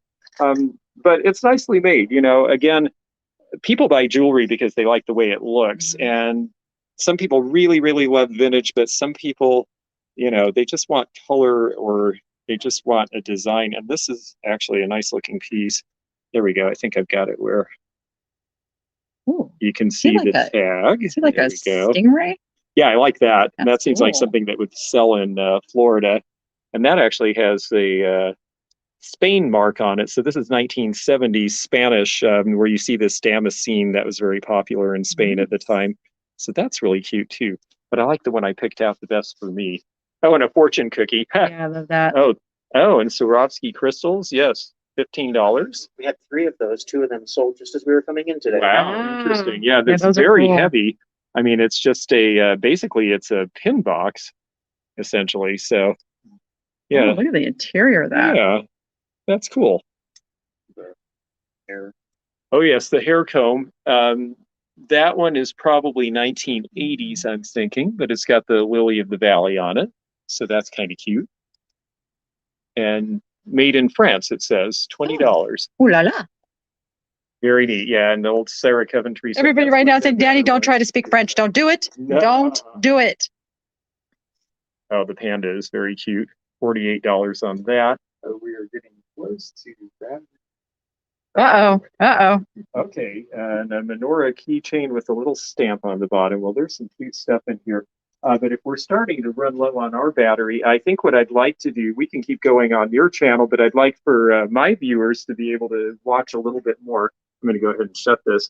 Oh, thank you. There we go. So I'll leave that, but I will definitely come back for it. Well, we have another gimbal. We do? Okay. Yeah, but it's going to require a little fiddling. Okay. Do you need me to come with you to do that?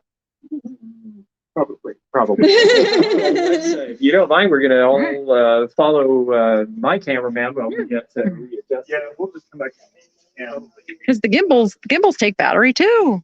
Yes. So we'll be back. yes. It does take a moment, folks. Of course. So guys, let's keep going in your room. I'll keep going in your room because maybe then they can tell us some things that when he gets back here, what would you like him to talk about? Because I think there are some amazing people. Like I'd like to hear a little bit about this piece here.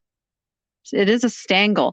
See, you don't often think of stangle making vases. Mhm. I think of it as the dishes, but I guess. Oh, well, I'm so surprised that Tiffany hasn't come in here and Right. snagged up your Tanala pottery. I was going to get in here and buy that little nativity that you had, and I wasn't quick enough. That's the thing, guys. Like, if you're not quick enough, it'll just be gone. Oh, I don't think I remember these pieces. Are these new? I think they've been here since we started. That was actually, those 2 pieces were by a very good friend of ours who was an incredible actor. He acted on soap operas in the 80s, and then he went into professional photography, and he created this recipe for his own version of like stucco or plaster, and he would create these pieces. These pieces are incredibly heavy. They are statement pieces. I think this weighs at least 60 pounds, but that's his original photography. He would film in black and white and then hand paint into color and then burn his signature. His name was Harrison Douglas. He was just the most fantastic man. Like a brand. We lost him a few years ago to cancer, Aw. but his artwork and his memory lives on. It's really neat. They're Yeah, just we'll have to make sure wonderful. George sees this when Yeah. he gets back. And then, like, this is the most beautiful piece of Blendo I think I've ever seen. Isn't that great? Just the chip and dip. We found that at a sale right here in Vegas. It was actually the same sale that I got that cocktail glass over on my shelf. But the minute we saw that, it was just wow. Yeah. And then he pulled out the box full of these, and so this was all just bonus. So yes, that it's a Fenton fairy lamp. I think I featured this on on Sundays. I do shop the shelves here. And so I think I did show that one. I featured that one. Now I have some candle holders that match this bowl right here. Like, because the candle holders look like this, but it's that same, stacking rings. So you know as much as I do about it. It's just cool. Art Deco looking. Oh, I think I hear him. I think I hear him maybe coming back. And I do love this piece too. Yeah. Love this piece. I think I almost bought this piece. This is it is Weller. I want to say it's Weller. Yes. The Lou, oh, gosh, I can never remember this stuff on the fly. It starts with Lou. Maybe somebody can help me. It's that. I bet, you see, George is going to be able to rattle it right off. I know what it is, but sometimes getting it out of my mouth doesn't happen as fluidly as I would like. This one is Royal Hager. curious when George comes back in if he's going to mention this because he just featured one of these in his video 3 days ago. Oh, okay. It's an original Lane TV light.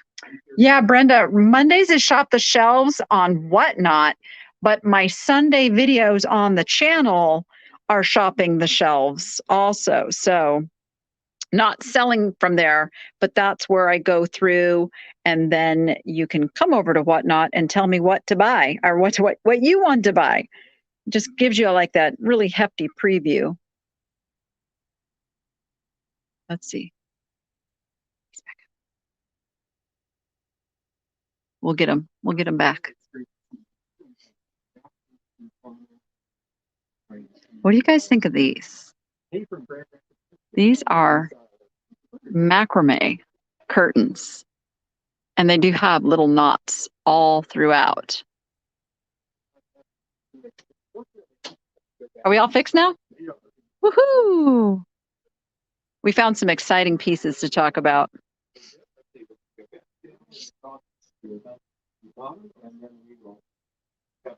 Again. And actually, if it's okay, do you mind if we go back where we left off? Yeah, we just found a couple things. I didn't get to see the rest of the space. So let's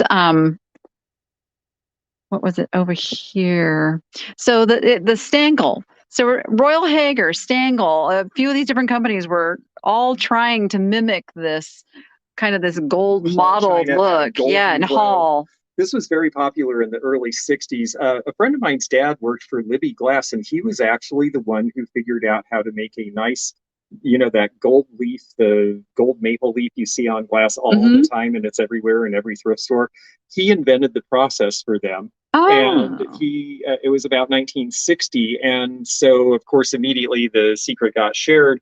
And it was a way for them to decorate things in gold that wasn't really expensive. It didn't require gold leaf. And because of that, it became very popular. It also was the early 60s, and it was sort of the Jackie Kennedy era, and, schmaltzy and fancy was in, and so gold became a thing. So every company started to do stuff like this. I like this particular one. I always liked the Stangl because I thought that they did a nice job mixing it with other colors. I'm surprised Stangl isn't doing better than it is because it's really an attractive pottery. It's really good, and I'm starting to see the bigger and more interesting pieces from this area are starting to sell. And I agree with you. I think it's I think everybody associates it with the birds, and they made tons of the birds, and they made lots of the dinnerware, and it's all good quality. And all of it had a bigger collector following 20 or 30 years ago. And I think we're going to see that starting to happen again because, like this piece is priced at $65, which I think is a right-on price. Now, you probably already know what that one is, right? Well, I saw the label when you. This is Rosenthal Netter, and this is made in Italy. Everyone's all crazy for Raymore because they work with Vitosi and Aldo Landi and by the way, is Tiffany coming today? Because I found an ID on her wall. She was supposed to. Okay, well, when we see her, we'll see her. But in any event, this particular company, I think they made some really nice stuff too that was brought over from Italy, and that it's actually a little bit more of a sleeper at this point. But I think people are going to catch on. This one, 65. I mean, that seems like the right price. Modernists are paying up for this kind of stuff. And then we see some Tonala. And that one has, an AM mark. That's interesting. That's not an artist that I know, but I think, I look for KE because that's Ken Edwards and he was the progenitor, but there's so many other good people who did the stuff. And I need to learn more about them because there's a mark there on that one. Have to go there. Yes, I would like to go there. It's actually not far from Oaxaca, where a lot of the silver is in Toxco. So, little fairy lamp. Boy, people are wild for fairy lamps now. Yep. And there is a nice little Fenton one. And next to that, this little Russian box. I always like the little Russian fairy tale boxes. I don't know which fairy tale this is, but it's got the signature of the town and the artist as well. And nice enamel lacquer. And that one's $30, which is actually for a larger piece on the soft side of retail, I would say, actually. So yeah, there's cool stuff here. I like that little piece. small Navajo pot, and they're right about the price on this. They've got $42. It's signed. The small ones actually are more valuable than the larger They were harder ones. to make. They were harder to make, or at least as much effort for a lot less money. So they didn't make as many. It's the same with a lot of, you talk to glass blowers too, and they're like, oh yeah, we made those little pieces and we could have made a big one and gotten 3 times the price. So they weren't as motivated to make the little ones. So I tell you what I'm going to do here. So folks, let me see if I can flip my camera around. Hold on, stand by, because now George is still live. I am going to get you guys to go over to George's channel. I'm going to wrap mine up. But the conversation will keep going. But you got to go over to George's channel, which is, there we go. Yes, I'm wearing cat in the hat. Okay, we are on the Antique Nomad Live. Do we have subscribe on? Yeah, 5 minutes. Okay, if you're not already, To check. if you're, you can go right over to the Antique Nomad Live, and you are welcome to join us right now. If you are not a subscriber to the Antique Nomad Live, if you want to hit the subscribe button, you will be able to chat in 5 minutes. We do that because it keeps us from having to deal with trolls in the middle of the conversation. So if you want to chat and you're not already a subscriber, please subscribe, and then you'll be able to chat with us 5 Some of them minutes are on from both now. channels because it's different audio on both. That's great. Yeah. No, you must be going crazy. Oh, well, thank you so much. This is so fun. Yeah, and I'm really enjoying this, and I'm glad we can keep going. You guys keep going, and I'm going to go say goodbye to them. Okay, And great. then, We'll catch up again. all right. Yeah, guys, so go over to George Antique Nomad's channel, who's live right now, and then look who else just walked in here. Tiffany. Hello. And she brought me a turtle. A tweet. Oh my God, he's amazing. Thank you. You're welcome. I won't leave you with him. I have wrap. Oh, okay. So yes, you guys, head on over to George's channel. I'm sure Melissa has put it over there in the chat by now. And you guys, Merry Christmas. And I have whatnot today. Sorry. Can I? Oh, you're doing a whatnot myself? Whatnot from here at 4 o'clock. Oh, is that today? Yeah. Oh, it's Friday, right? Is it? It is Friday. Yeah. Yeah. Friday. There you go. There you go. She's going to whatnot. So go watch George's channel for a preview because he's going to go looking in her room and shopping. And then she's going to go sell stuff from her room. No pressure, Tiffany. I have some stuff loaded, and then I'm going to do some shelf shopping if you're inclined to. Awesome. There we go. All right, guys. So please come join me on Monday at 3 p.m. Pacific time for my shop the Good Stuff Thrift Store shelves. And with that, you go be profitable and make it fun.